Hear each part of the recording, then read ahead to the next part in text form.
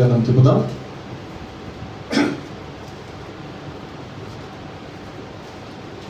పదిహేడవ అధ్యాయం 10వ వచనం నుంచి చదువుకుందాం.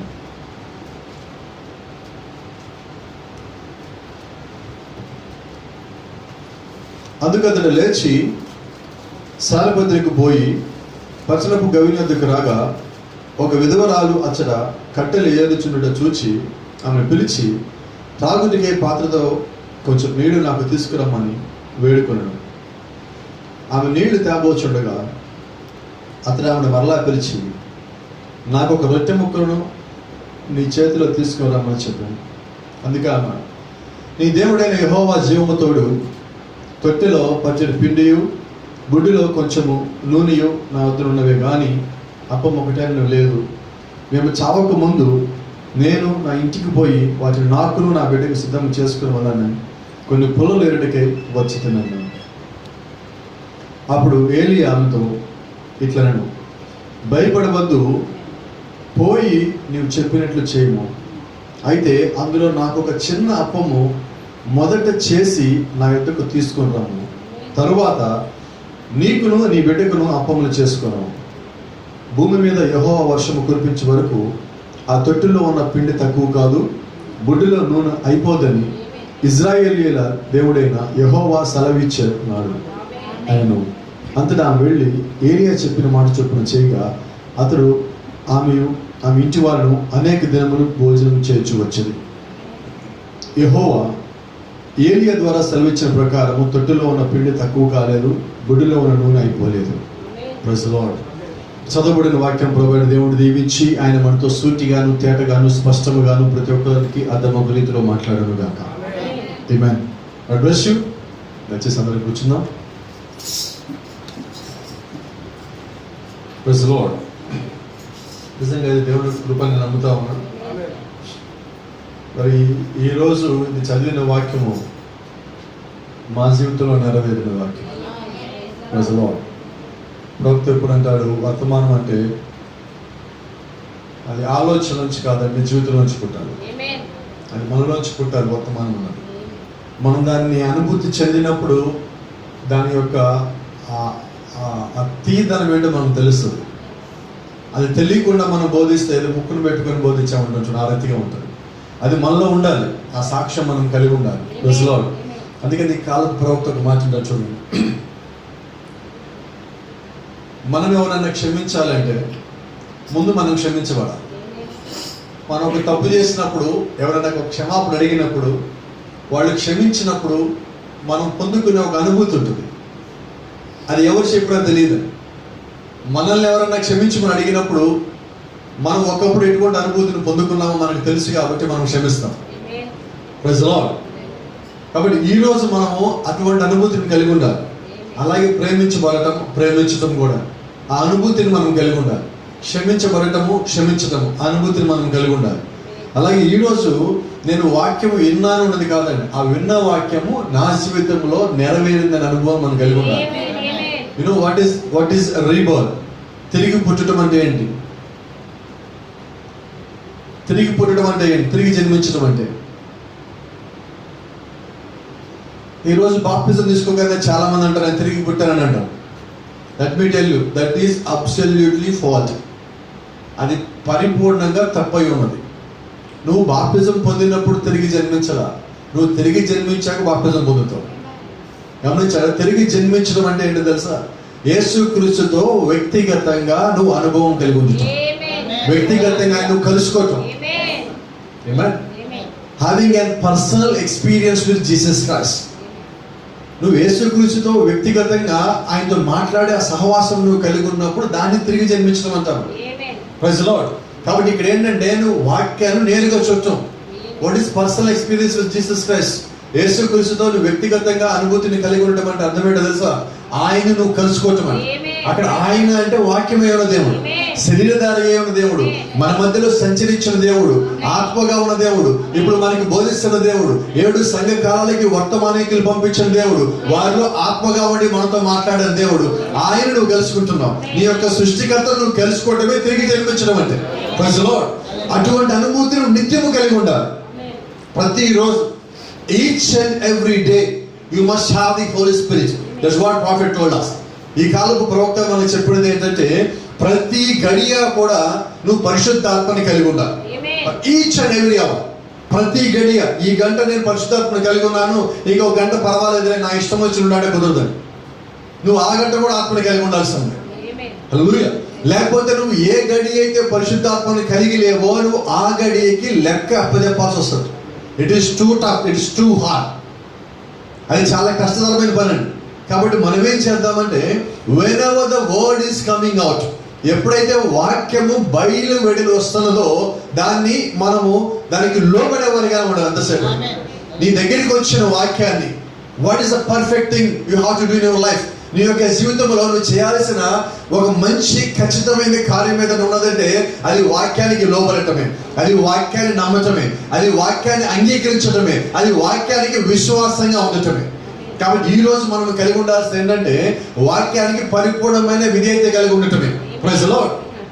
లెట్ మీ టెల్ యు, నువ్వు అంతా బాగున్నప్పుడు, వాక్యం నీ దగ్గరికి వచ్చినప్పుడు నువ్వు వాక్యానికి పెద్దగా లోబడవు, పెద్దగా ఇష్టపడవు. అన్నిటితో పాటుగానే ఆ వాక్యాన్ని కూడా తీసుకుంటాం. అంటే ఒక లోక సంబంధమైన దాన్ని కానీ నీకు ఆ వాక్యంలో కనిపిస్తుంది.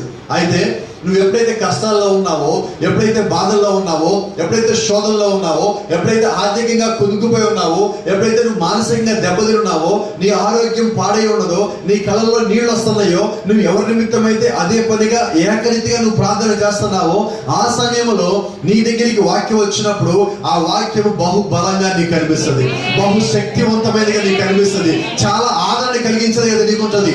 ఎందుకో తెలుసా, దేవుడు ఆ సమయంలోనే మనతో మాట్లాడుతూ ఉంటాడు. నువ్వు సంతోషంగా ఉన్నప్పుడు ఆయన నీతో మాట్లాడాల్సిన అవసరం లేదండి. నువ్వు బాధతో ఉన్నప్పుడు, దిగులతో ఉన్నప్పుడు, నాకు ఇంకెవరూ లేరనుకున్నప్పుడు, నేను ఒక్కడిని అయిపోయానుకున్నప్పుడు, నాకు ఎటు నుంచి సహాయం రాదనుకున్నప్పుడు, అప్పుడు దేవుడు నేనున్నాను అంటాడు. ఎవరు చేయలేని పనిని దేవుడు చేస్తాడండి. ఈ కాల ప్రవక్త అంటాడు, ఒక మానవుడు చేసే సహాయంగా ఉన్నదంటే దేవుడు అక్కడికి వచ్చి కార్యం చేయడంటాడు. ఎందుకని చేయడు? మానవుడు చేసే పని దేవుడు చేయాల్సిన అవసరం లేదండి, అది ఎవరైనా చేయగలరు. Praise the Lord. చూడండి, గిద్యోను యుద్ధానికి వెళ్ళేటప్పుడు గిద్యోనుతో పాటు దాదాపుగా 33,000 మంది వచ్చాడు. దేవుడు ఎంతమంది పంపించాడు? 300 మంది. దేవుడు అక్కడ ఏమన్నాడు తెలుసా మీకు? గిద్యోను ఇంతమంది తీసుకొని వెళ్తున్నావు కదా, 33,000 మంది సుమారుగా, ఇంతమంది వెళ్తున్నప్పుడు చూసే వాళ్ళకి ఎలా ఉంటుందంటే, ఆహా ఎంతమంది ప్రజలు కాబట్టి గెలిచుంటారులే అనుకుంటారు.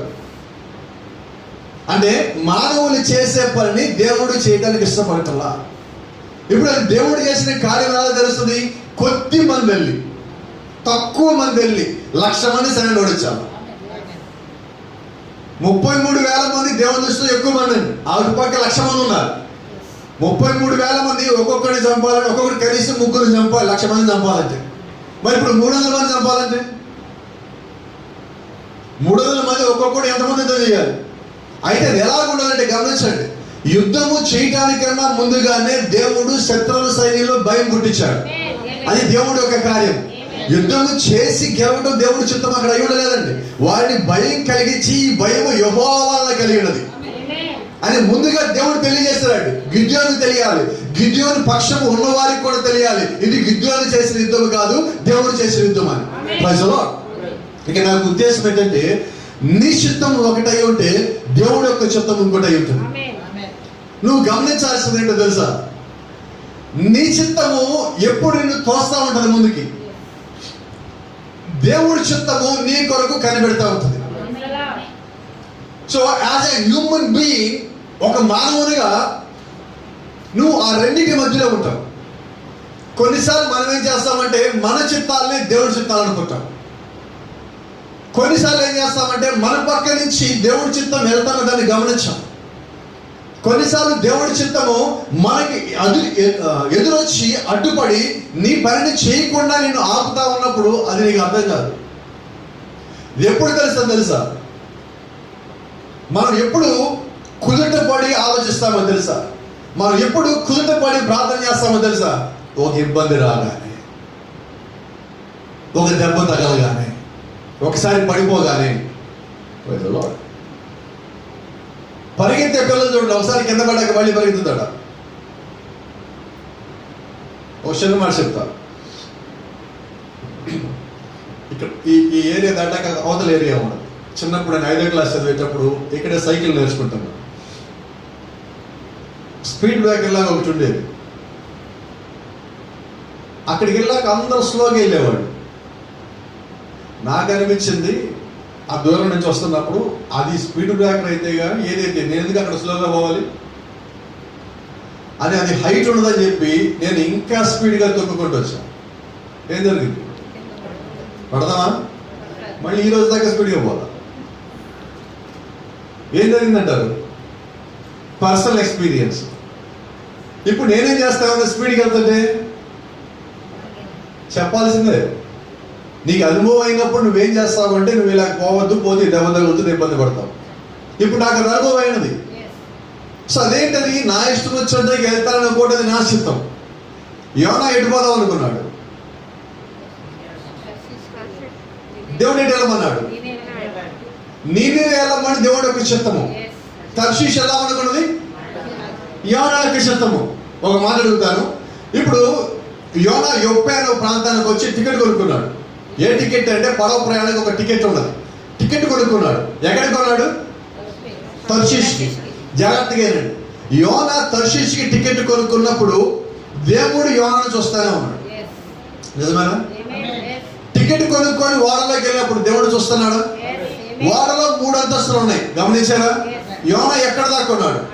అడుగున 3 అడుగున దానిలోకి వెళ్ళి సరుకులు పెట్టే దాంట్లో దాక్కున్నాడు. గమనించండి, అక్కడికి వెళ్ళినప్పుడు కూడా దేవుడు యోనాను చూస్తున్నాడా చూడలేదా? చూస్తున్నాడా? మరి ఇప్పుడు అక్కడ దాకా వెళ్ళిన తర్వాత సముద్రంలో కొంత దూరం ప్రయాణం చేసేంత వరకు కూడా దేవుడు అనుమతించాడు ప్రజలు. ఇంకా కొంచెం ముందుకు వెళ్ళిన తర్వాత దేవుడు ఏం చేశారంటే, అప్పుడు దాకా యోనా చిత్తము. వాస్తవంగా యోనా ఏం చేయాలి? దేవుడు యొక్క చిత్తం నెరవేర్చాలి. ఇప్పుడు దేవుడు చెప్పిన మాట నెరవేర్చకుండా యోనా పారిపోతుంటే ఇప్పుడు దేవుడు ఏం చేయాలి? అలాగే ఇక్కడున్న మనము కూడా చాలాసార్లు దేవుడు మన పట్ల ఏదో ఒక ఆలోచన కలిగి ఉంటే, ఆయన ఒక చిత్తం కలిగి ఉంటే దాన్ని మనం తప్పించుకొని పారిపోవాలని తిరుగుతూ ఉంటాం. అయితే మన దేవుడు అంటే వీడు కాకపోతే వాడు, వాడు కాకపోతే వీడు కూడా ఎదిగే దేవుడు కాదండి. ఆయన పనికి ఎవరైతే పిలిచాడో నువ్వు ఎక్కడున్నా పని చేయాల్సిందే. నువ్వు ఏ స్థితిలో ఉన్నా ఆయన పని చేయాల్సిందే. ఆయన వదిలిపెట్టే దేవుడు కాదు.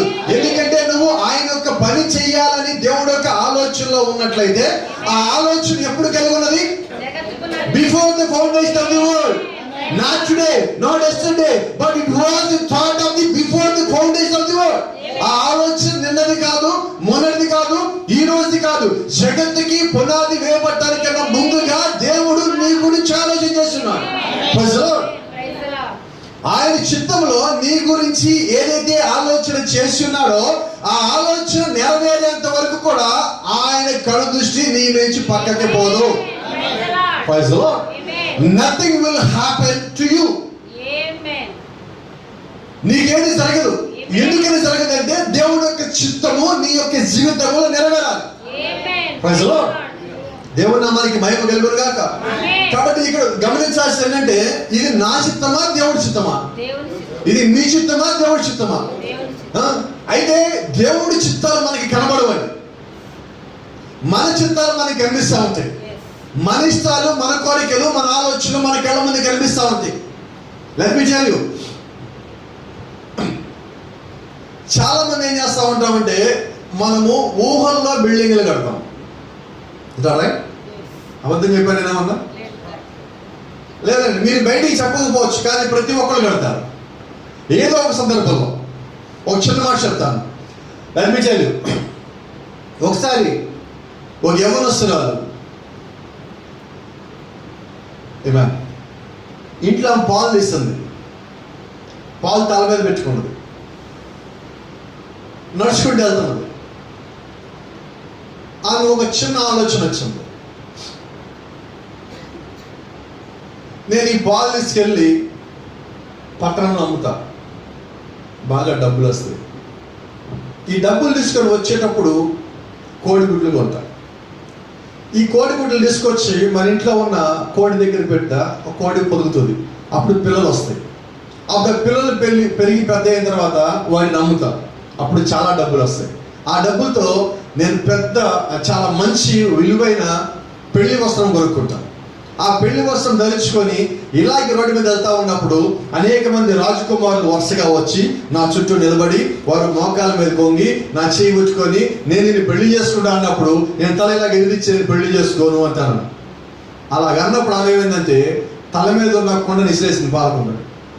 ఏం జరిగింది అంటే ఆమె ఏం చేస్తుంది వినబడనా అమ్మా? ఊహల్లో బిల్డింగ్లు కట్టిందా?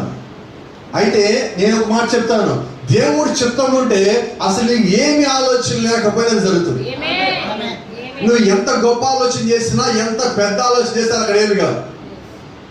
సహోదరుడు విలియం బ్రహ్నాం కూడా ఆయన బాప్టిస్ట్ బోధకుడిగా ఉన్నప్పుడు అప్పుడే సేవలోకి వచ్చాక ఆయనకి ఏమనిపించేది అంటే ప్రపంచంలో ఉన్న ప్రతి ఒక్కరిని బాప్టిస్టుడిగా మార్చేద్దాం అనుకోని ఎక్కడికంటే అక్కడికి ప్రయాణాలకు వెళ్ళిపోయేవాడు. లాస్ట్కి ఏం చేశాడు?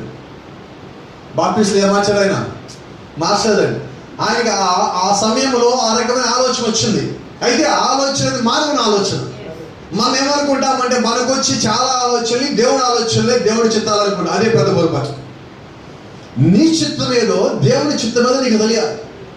గమనించండి, ఒకే ఒక మాట మీకు చెప్తాను సూటికి ఇది అర్థం అవ్వాలంటే, నీకొచ్చే ఆలోచన వాక్యానికి సరిపోయినప్పుడు దేవుడి ఆలోచన తెలుసా. నీకు వచ్చింది కరెక్టా కాదు తెలుసుకోవాలని ఎవరిని అడగాల్సిన పర్లేదండి. వాక్యాన్ని అడుగు, దేవుడిని అడుగు, ప్రార్థన చేయి, వర్తమాన చదివి సమాధానం వస్తుంది. చాలా మంది ఏం చేస్తారంటే వీళ్ళని అడిగి వాళ్ళని అడిగి 10 అభిప్రాయాలు తీసుకుంటాడు, లాస్ట్కి 11 అభిప్రాయాలు మిగిలిపోతాడు.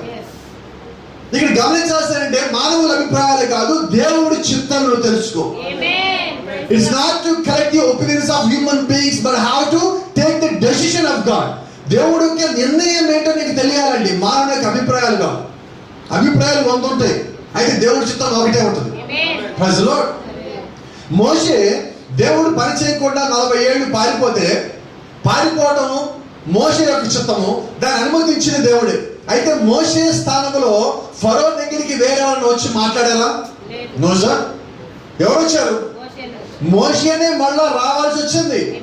అది దేవుడు యొక్క చిత్తం అండి. అది ఆలస్యం అవ్వచ్చు, అయితే దేవుడు సరైన సమయానికే చేస్తాడు. నీవు అనుకోవచ్చు నీ జీవితంలో అది ఆలస్యమైనది, అయితే దేవుడికి ఒక సమయం ఉండదు. ప్రజలు దేవుడు ఎప్పుడు ప్రవర్తించాడు, దేవుడు ఎప్పుడు ఆయన సమయానికి ఒక్క క్షణంలో కూడా ఆలస్యం వచ్చాడు. దేవుడి టైమింగ్ ఎంత పర్ఫెక్ట్ గా ఉంటుందో తెలుసా? ఆ శత్రుకు మేషకు అబేద్నెగోని మంటల్లో పడేస్తుంటే పడేయడానికన్నా ఒక్క క్షణం ముందు ఆయన వచ్చి అక్కడ నిలబడి ఉన్నాడు. Hallelujah. That is the timing of God. అది దేవుడి యొక్క సమయం అయి ఉన్నది. హల్లెలూయా. అదే దేవుడు సమరయ స్త్రీ దగ్గరికి, బావి దగ్గరికి 1 గంటన్నర ముందు వచ్చి కూర్చున్నాడు. Praise the lord. ఆమేన్. ఎందుకంటే ఒక్క స్త్రీని ఆయన ఇక్కడ కాపాడాలి. ఆ సమరయ స్త్రీ ఒక్కదాని వల్ల ఆమె ఒకే రోజు 3000 మందికి సువార్త చెప్పొచ్చు, లేదా 3000 మందికి తన సాక్ష్యాన్ని పంచుకున్నది. గమనిస్తున్నారా? అంటే దేవుడు యొక్క చిత్తములో ఏదైతే ఉన్నదో అది జరిగేంత వరకు మనం కనిపెట్టాల్సిందే. గమనించండి, ఇక్కడ ఏలియా కూర్చున్నాడు. ఏలియా ఇక్కడ ఒక వాగు పక్కన కూర్చొని రోజు ఆయనకి భోజనం దేవుడు పంపించాడు. ఎలా పంపించాడు? వినమలేదండి.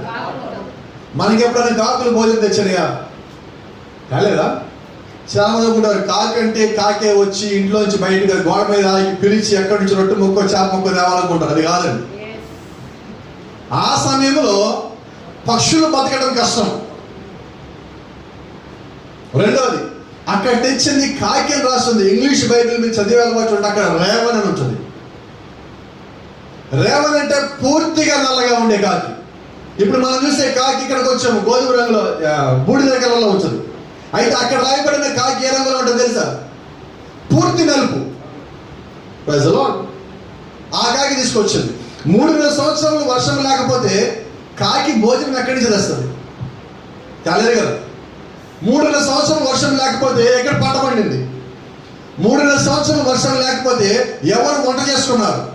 3,000 సంవత్సరాలు పంట పండకుండా వర్షం లేకుండా ఉన్నప్పుడు ఎవరు వంట చేసుకొని బయట వచ్చి కాకులు తీసుకుపోయే విధంగా భోజనం వండి పెడతారు? అయితే అక్కడ విషయం ఏంటంటే మనం గ్రహించాల్సింది ఏలియా పోషించబడాలి. ఏలియా పోషించబడాలంటే దేవుడే ఆహారం తయారు చేయాలి. ఆమేన్. గమనించండి, పాత నిబంధనలో ఐగుప్తుల నుంచి వాళ్ళు కనానికి వచ్చేటప్పుడు ఒకరోజు అక్కడ ఉన్న వాళ్ళందరూ మనలాగే, మనం దేనికన్నా అవుతాం కానీ ప్రపంచంలో మాంసాన్ని కాగం. రైట్? ఆదివారం కూడా తెల్లనమేనా అనేవాళ్ళు లేరా? లేరు. ఆదివారం మాంసం పడకపోతే ఆ రోజు ఎలా ఉంటుందంటే తెలుసా? మొహమంతా ఎలా ఉంటుంది? 3 రోజులు జ్వరం వచ్చి లేచినలాగా ఉంటుంది ఒక్కరోజు మాంసం రాకపోతే. మరి ఐగుప్తు నుంచి కనానికి వాళ్ళు నడిచేటప్పుడు వాళ్ళు అడిగారు, రోజు మన్నా తింటారా? మా నాలుగ చచ్చిపోయింది, నాలుగు పీకేస్తుంది, ఒక్క మాంసం ముక్క తింటే బాగుంది కదా. ఒక్క మాంసం ముక్క. దేవుడు వారి కోసం ఆహారం ఎక్కడి నుంచి తెప్పించాడు? వినబడలేదు? ఆకాశము నుంచి. అంటే ఆహారం ఎక్కడి నుంచి వచ్చింది? ఆ పూరీలు ఎక్కడి నుంచి వచ్చింది? పైనుంచి వచ్చింది. మరి కాకులు భోజనం ఎక్కడి నుంచి వచ్చిందంటే ఇంట్లోంచో వండించింది కాదండి. అది కూడా దేవుడు ఎక్కడి నుంచి తెమ్మన్నాడో అక్కడి నుంచి తీసుకొచ్చి ఆయన యొక్క సేవకుడిని పోషించడం. అదే దేవుడు ఈ రోజు కూడా పని చేస్తానే ఉన్నాడు. దేవుడు నామానికి మహిమ ఘనత ప్రభావం కలుగును గాక.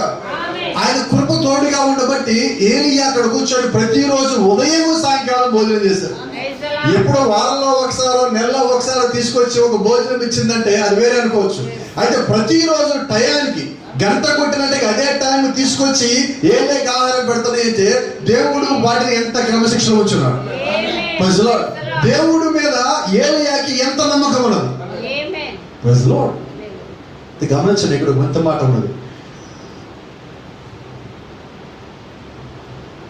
దేవుడు అంటున్నాడు, నీవు సీదోను పట్టణ సంబంధమైన సారిపోత ఊరికి పోయి అచ్చట ఉండుము, నిన్ను పోషించుటకు అచ్చటనున్న ఒక విధవరాలికి నేను సెలవిచ్చుదని. దేవుడు ఏం చేశారంటే సారిపోతుకి వెళ్ళి అక్కడున్న విధవరాలికి చెప్పిన తర్వాత ఇక్కడికి వచ్చి ఏ చెప్తున్నాడు. నేనేమన్నాడు ఇక్కడ? వింటున్నారా మీరు?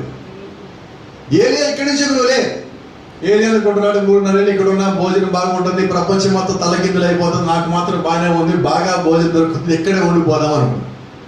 అయితే దేవుడు అన్నాడు ఇక్కడి నుంచి లే. ఎక్కడికి వెళ్ళాలి? సారిపోతు.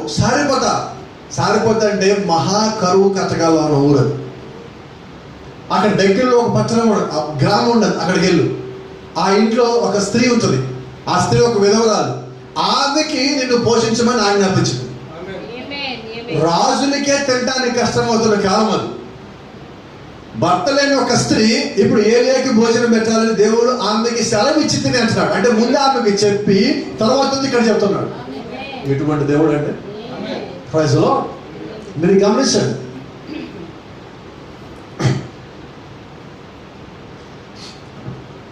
రూతు దగ్గరికి వచ్చి బోయజ్ అంటున్నాడు, నీకు నీళ్లు కావాలా? ఇక్కడ కొండలో మన సేవకులు చేతిని ఉన్నాయి దావు, నీ దగ్గరికి ఏ యవ్వనస్తుడు వచ్చి నిన్ను ఇబ్బంది పెట్టకూడనట్లు నేను ఆల్రెడీ వాళ్ళకి వార్నింగ్ ఇచ్చి వచ్చానంటున్నాడు. అంటే ముందు దేవుడు వాళ్ళతో మాట్లాడిన తర్వాత వచ్చి రూత్తో మాట్లాడుతున్నాడు. ఇక్కడ బోయాజు వారితో మాట్లాడిన తర్వాత రూత్తో మాట్లాడుతున్నాడు. ఇక్కడ దేవుడు సారిపోతు విధవరాలతో మాట్లాడిన తర్వాత ఇక్కడికి వచ్చి ఏలియాతో మాట్లాడుతున్నాడు. ప్రజలో అంటే గమనించండి, అంటే దేవుడు ఏం చేస్తాడంటే ఆయన యొక్క ఉద్దేశంలో, ఆయన చిత్తములో ఎవరెవరికి ఎప్పుడెప్పుడు ఏమి తెలియచేయాలో అన్ని తెలియజేసేస్తున్నాడు. అయితే ఆ అనుభవాన్ని పొందుకునే వ్యక్తికే చిట్ట చివరి తెలుస్తుంది. ఇప్పుడు ఏలియాకి మొదలు తెలుసా, సారిపోతు విధవరాలకి మొదలు తెలుసా? ఆమెకే తెలుసు. అయితే ఇప్పుడు ఆమె ఏం చేయాలి? ఏలియా రాగానే చేర్చుకోవాలి. చేర్చుకున్నదా? నోసా షిట్ అవుటెడ్. నేను అదే అంటున్నా, నువ్వు ఏ రకమైన ఇబ్బందుల్లో ఒత్తిడిలో ఉన్నావో దేవుడికి సమస్తము తెలుసు. తెలిసినప్పుడు దేవుడు నిన్ను అప్పుడు కూడా పరీక్ష పెట్టాలనుకుంటే నువ్వు ఆ పరీక్షలో కూడా నెగ్గాల్సిందే. అయ్యా నా పరిస్థితి ఏంటి, నా పరిస్థితి ఇలాగుంది అన్న ప్రశ్న నీలోంచి రానిద్దంట. ప్రజలో దేవుడు నామానికి మహిమ కలుగునుగా. గమనించండి, ఇప్పుడు ఏలియా వచ్చి అక్కడ కూర్చున్నాడు బండ మీద. ఇంట్లోంచి లేచి బయటకు వచ్చింది ప్రవక్త అన్నాడు మధ్యాహ్నం పూట. ఉదయం 10 గంటలు దాటింది. 10 నుంచి 12 గంటల మధ్యలో బయట నుంచి వచ్చిన ఎండ సూర్యుడు పైకి లేచినప్పుడు అది అరబ్ దేశాల సమూహంలో ఉంటుంది. ఆ పైనుంచి వచ్చినప్పుడు ఆ ఎండ ఇంట్లో పడుకున్న ఇంటి మీద పడుతున్నది. ఎందుకని పడుతుంది? ఇంటి పై నుంచి వచ్చిన ఎండ అంటే ఇంటి పైకప్పు మొత్తం సరిగా లేదు. ప్రవక్త ఆ ఇంటి గోటలు మొత్తం బిడ్డలు వారిపోయి నేడో రేపో కూలిపోవడానికి రెడీగా ఉంది ఆ ఇల్లు అంటున్నాడు. ఆ ఇంట్లో స్త్రీ ఉన్నది. ఉదయం 10 గంటలకు సుమారుగా అవుతున్నది. ఎందుకని ఆమె లేచిందంటే ఎండ పడ్డా కూడా ఆమె లేవటల్లా. ఎందుకు లేచిందంటే పక్కన ఉన్న పిల్లోడు ఏడుస్తున్నాడు. చాలా మంది ఇళ్ళలో మనం చూస్తూ ఉంటాం ఈ సంఘటన. ఆ పిల్లోడు ఏడుస్తున్నాడు. ఎందుకు ఏడుస్తున్నాడంటే ప్రవక్త అక్కడ చెప్తున్నాడు, ఆ పిల్లోడు అప్పటికి భోజనం చేసేది 3వ రోజు 4వ రోజు 3 రోజుల నుంచి భోజనం లేదు. వాళ్ళ అమ్మ దగ్గర ఉన్న ఇంట్లో ఉన్న పిండిని, ఆ నూనెని చాలా జాగ్రత్తగా ఆమె వండుతా 4 రోజులకి ఒకసారి వాళ్ళు భోజనం చేస్తున్నారు. ఆ రోజు 4వ రోజు పిల్లోడు లేచి ఏడుస్తున్నాడు. తల్లి భోజనం వండటల్లా. ఎందుకని వండట్లేదంటే ఆ రొట్టె వండితే ఆ ఇంట్లో పిండి అయిపోతుంది, ఇక భోజనం ఉండదు. ఆ ఉద్దేశం ఏంటంటే ఈ పగలు ఎలాగో గడిచిపోతే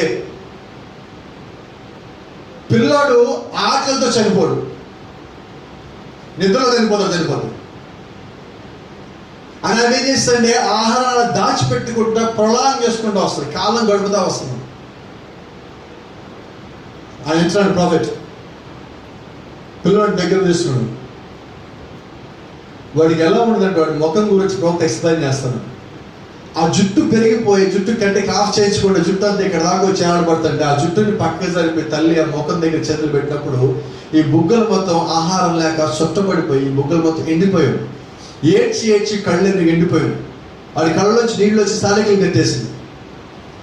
తల్లి ఆ బిడ్డని దగ్గర తీసుకొని, నాన్న ఒక్క 10 నిమిషాలు పడుకో, 20 నిమిషాలు పడుకో, అరగంట పడుకో అని చెప్పి వాడు ఏడుస్తున్నాడు. అమ్మ నాకు ఈరోజు ఎలాగైనా భోజనం పెట్టాల్సింది. ఈరోజు 4వ రోజు, ప్రతి 4 రోజులకు ఒకసారి భోజనం పెడుతున్నాం. ఈరోజు 4వ రోజు నాకు భోజనం పెట్టంటున్నాను. ఎలాంటి పరిస్థితి ఆ ఇంట్లో నిజంగా. అదే ప్రవక్త అంటున్నాడు, ఆమె యవ్వనస్తురాలైన విధవరాలు. She an young widow. ఆమె యవ్వనస్తురాలైన విడో అయినప్పటికీ కూడా she never did anything. ఆమె ఏ పాపము చేయలే. పాపం చేస్తే బిడ్డను పోషించుకోవచ్చు, but she never done anything.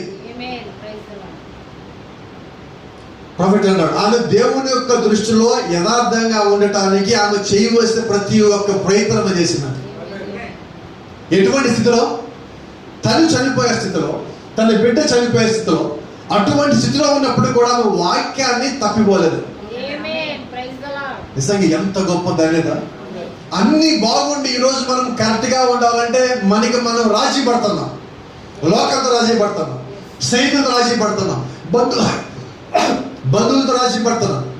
ఆమెకు బంధువులు లేరు, స్నేహితులు లేరు, పోషించేవాళ్ళు లేడు, ఇంకా మాట చెప్పిన అడిగేవాడు కూడా లేడు అక్కడ. ఆమె ఏం చేసి అడిగేవాళ్ళు లేడు. అటువంటి పరిస్థితి ఆ రోజు అక్కడ ఉన్నప్పటికీ కూడా ఆమె కనపడని దేవుడికి, దేవుడిచ్చిన ఆజ్ఞకి లోబడి కట్టుబడి ఆమె జీవిస్తాము.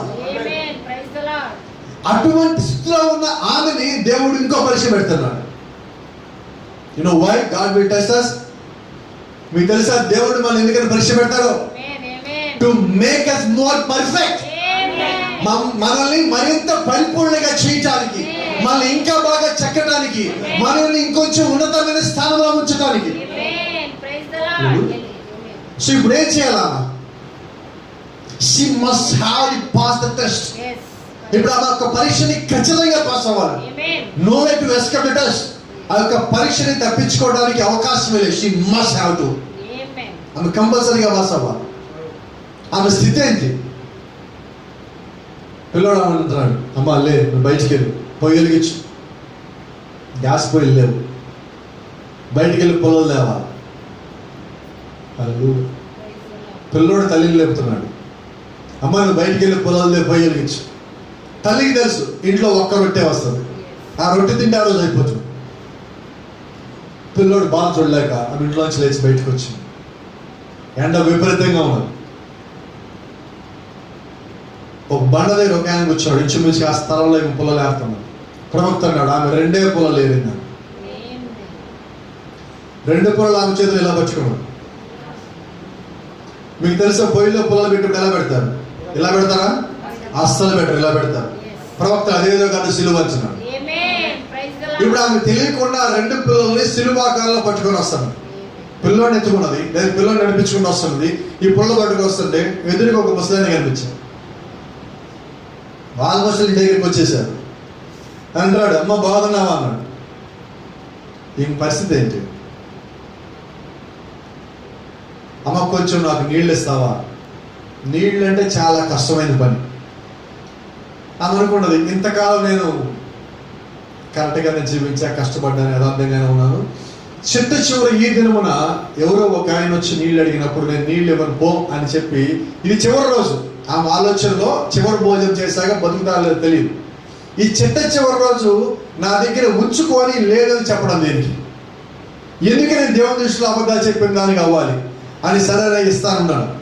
ఈమె లోపలికి వెళ్ళబోతామంటే ఏలి అంటాడు, అమ్మ అదే చేత్తో, ఓ చేత్తో గ్లాస్ నీళ్ళు తెస్తావు కదా, ఇంకో చేత్తో ఒక చిన్న అప్పం చేసి తీసుకురాపోను. ఏంటది? రొట్టె.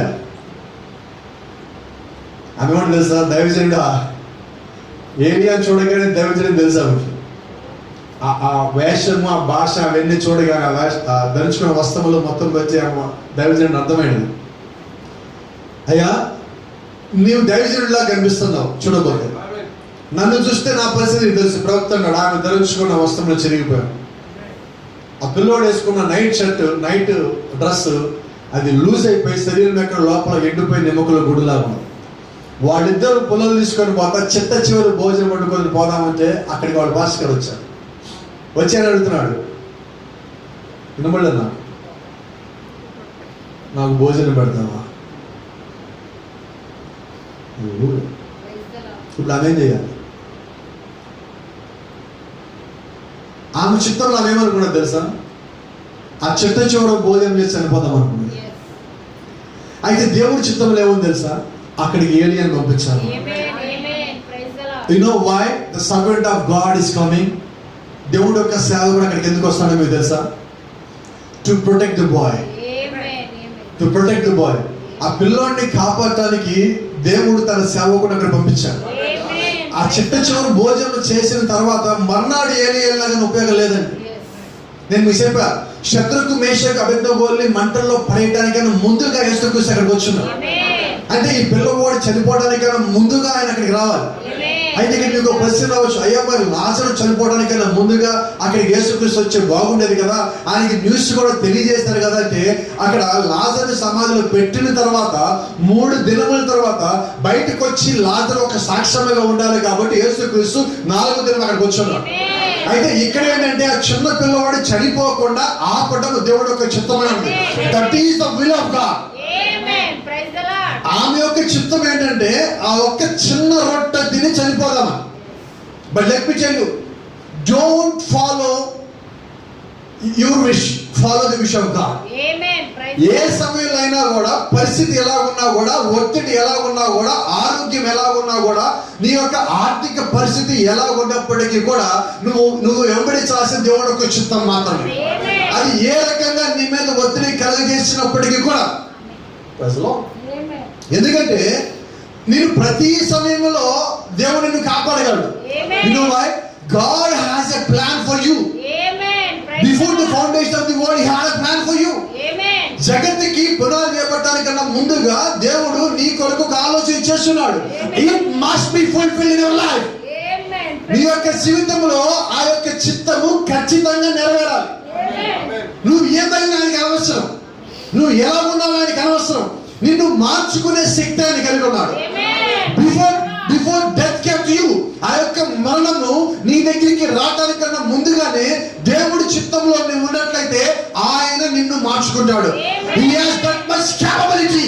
ఆయన సామర్థ్యం కలిగిన దేవుడే ఉన్నాడు. He has that much power. ఆయన శక్తివంతుడైన దేవుడే ఉన్నాడు. You know what? God wants you. ఎందుకంటే తెలుసా, దేవుడికి నువ్వు కావాలి. ఏదైనప్పటికీ దేవుడు నువ్వు కావాలి. ఆయన నీ కొరకే కిందకు వచ్చాడు, నీ కొరకే ప్రాణం పెట్టాడు, నీ కొరకే శిలువలోకి వెళ్ళాడు, నీ కొరకే సమాధిలోకి వెళ్ళాడు, నీ కొరకే సమాధిని బద్దలు కొట్టాడు, నీ కొరకే 7 వర్తమానాలు పంపించున్నాడు. He has done everything for you. ఆయన సమస్తము నీ కొరకే చేస్తున్నాడు.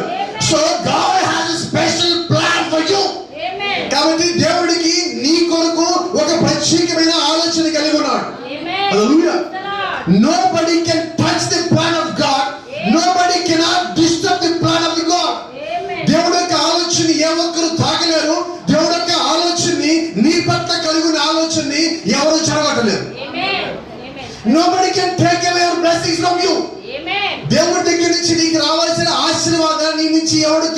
కాలేడు. Because it was given for you. అది నీ కొరకు ఇవ్వబడింది. So it is yours. అది నీదై ఉన్నది. No matter what happens to you. నీకు ఏం జరుగుతున్నా, నీ చుట్టుపక్కల ఏం జరుగుతున్నా వాటి గురించి నువ్వు ఆలోచన చేయొద్దు. Just think of the plan of the God. నువ్వు చేయాల్సిన పనుల్లో ఒకటే దేవుడి యొక్క ఆలోచనని గురించి నిరీక్షించడము, లేదా కనిపెట్టడము, ఆలోచన చేయటము. ఇప్పుడు ఒక స్త్రీ చిట్ట చివరి భోజనం పెట్టి చనిపోదాం అనుకున్నాం. అది అక్కడ ఆమె ఒక ఆలోచన. అయితే దేవుడి యొక్క ఆలోచన ఏంటంటే ఆమె చనిపోకూడదు. ఎందుకని చనిపోకూడదు? ఒక మాట చెప్పండి. ఆమె యథార్థంగా ఉంది. She got a chance to do sin. ఆమెకి పాపం చేసే అవకాశం ఉంది. But she never done anything. That's why God want her. ఆ కారణం చేతే దేవుడికి ఆమె కావాలి. ఆ కారణం చేత దేవుడు ఆమెని కాపాడాలనుకున్నాడు. ఆ కారణం చేత దేవుడు ఆమెని మరింత పరిపూర్ణంగా ఉంచాలనుకున్నాడు. Praise the Lord. Let me tell you. Maybe somebody will get angry at me if I say so. నేను ఇలాగా చెప్పినట్లయితే ఎవరికైనా నాకు కొద్ది కోపం రావచ్చు. పర్వాలేదా? కోపం వచ్చినా పర్వాలేదా? వచ్చినా కూడా చెప్తాను నేను. ఇక్కడ ఉన్న చాలా మందికి తప్పు చేసే అవకాశం వచ్చింది, పాపం చేసే అవకాశం వచ్చింది, మోసం చేసే అవకాశం వచ్చింది. అంటే చాలా కొద్ది మంది దాన్ని దాటొచ్చారు. I'm not saying everyone, but I'm saying somebody. కొద్ది మందే దాన్ని దాటొచ్చారు. మీ ముందుకి పాపం చేసే అవకాశం వచ్చినప్పుడు నేను పాపం చేయను, ఈ దేవుని దృష్టిలో లెక్క చెప్పాలని చెప్పి దాన్ని తప్పుకొని పక్కకు వచ్చాను. హల్లెలూయా. వాళ్ళు నిజమైనదిగా దేవుడు పెట్టలేదు. నువ్వు తప్పు చేయడానికి నీ ముందు అవకాశం ద్వారములు తెరుచుకొని నువ్వు తప్పు చేసేంత వరకు తలుపు కొడతాను కూర్చున్నప్పటికీ కూడా దాన్ని తప్పించుకొని నువ్వు తిరిగా చూసావా, అది దేవుడు ఒక చిత్తమైన. అక్కడి నుంచి నువ్వు పారిపోవా చూసావా, అది దేవుడు ఒక చిత్తమైనది. దాని నుంచి ఎలాగ తప్పించుకోవాలి ఎదిగా చూసావా, అది దేవుడు ఒక చిత్తమైనది. ఆ శక్తి దేవుడు నీకు ఇచ్చాడు. Nobody has given you. It is not from your parents, it is not from your pastor, it is not from your colleagues. నీ సహ ఉద్యోగం దగ్గర నుంచో, నీ యొక్క కాపర్ నుంచో, నీ యొక్క కుటుంబం నుంచో, తల్లిదండ్రుల నుంచి రాలేదండి.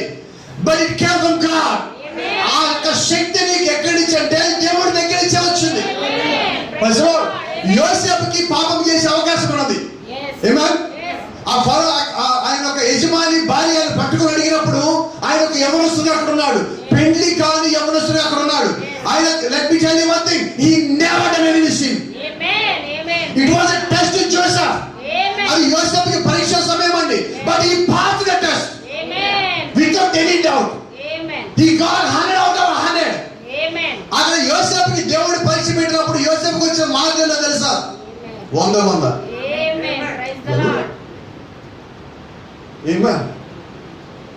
మన పరీక్షల్లో పాస్ అయ్యామనుకోండి, రైట్, మనకు ప్రమోషన్ వస్తుంది, పై క్లాస్కి వెళ్తాం, రైట్. అంటే ఒక ఉద్యోగి ఒక పరీక్ష రాసి పాస్ అయితే ప్రమోషన్ వచ్చి అతనికి శాలరీ పెరుగుతుంది, తర్వాత టీఏలు డిఏలు అన్ని పెరుగుతాయి, రైట్, నిజమేనా? ప్రమోషన్ వస్తే ఏంటంటే ఇంకొంచెం మంచి స్థితికి వెళ్తాం. అది వ్యవసాయం ఎక్కడికి వెళ్ళాడు, ఈవెంట్ చేయి. హల్లెలూయా. అదేంటండి, యథార్థంగా ఉండి టెస్ట్ దేవుడికి పెట్టింది, పాస్ అయితే ఆయనకు వచ్చే ప్రమోషన్, ఇక్కడ అధిపతిగా ఉన్న ఆయన పోయి జైల్లో ఉన్నాడు. Let me tell you, he was more sincere in the prison. ఆయన జైల్లోకి వెళ్ళాక ఇంకా అర్థవంతంగా ఉన్నాడు. హల్లెలూయా, థాంక్ యూ లార్డ్. దేవుడు యొక్క చిత్తంలో ఉన్న మనుషులకు ఆ రీతిగా ఉంటాడు. ఈ సమస్య వచ్చింది కాబట్టి ఇక నాకు దేవుడు వద్దు, ఈ సమస్య వచ్చింది కాబట్టి దేవుడిని పట్టించుకోలేదు అని వదిలిపెట్టడు. ఇంకా మరింత ప్రాతపడుగా మారతాడు, ఇంకా శక్తివంతుడిగా మారతాడు, ఇంకా దేవుడు కనిపెట్టేవాడిగా మారతాడు, ఇంకా దేవుడి చిత్తము కొరకు పరుగెత్తేవాడిగా ఉంటాడు. ఎందుకనంటే ఇవన్నీ ఎక్కడి నుంచి వచ్చినాయి అంటే పై నుంచి వచ్చింది. Everything came from God. యోసేపుకి అంత నిగ్రహం ఎక్కడి నుంచి వచ్చిందంటే దేవుడి దగ్గర నుంచి వచ్చింది. ఈరోజు చాలా మంది ఉన్నారు, యథార్థంగా ఉంటారు సంఘంలో, వాక్యం చదివేటప్పుడు యథార్థంగా ఉంటారు, చెప్పేటప్పుడు యథార్థంగా ఉంటారు, ప్రార్థించేటప్పుడు యథార్థంగా ఉంటారు. అయితే కొన్నిసార్లు మొబైల్ మన చేతిలో ఉంటుంది.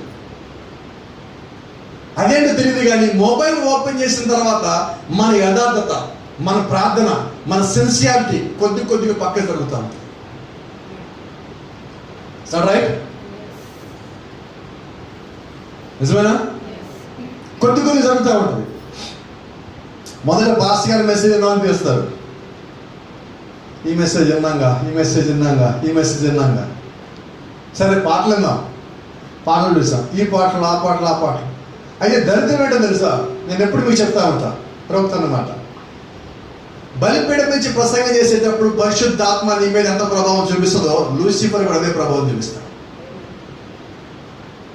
ఆయన ఆత్మతో శక్తితో నేను నింపుతా ఉంటే దాన్ని పడగొట్టాలని బయలులాగా వీడు చూస్తూ ఉంటాడు.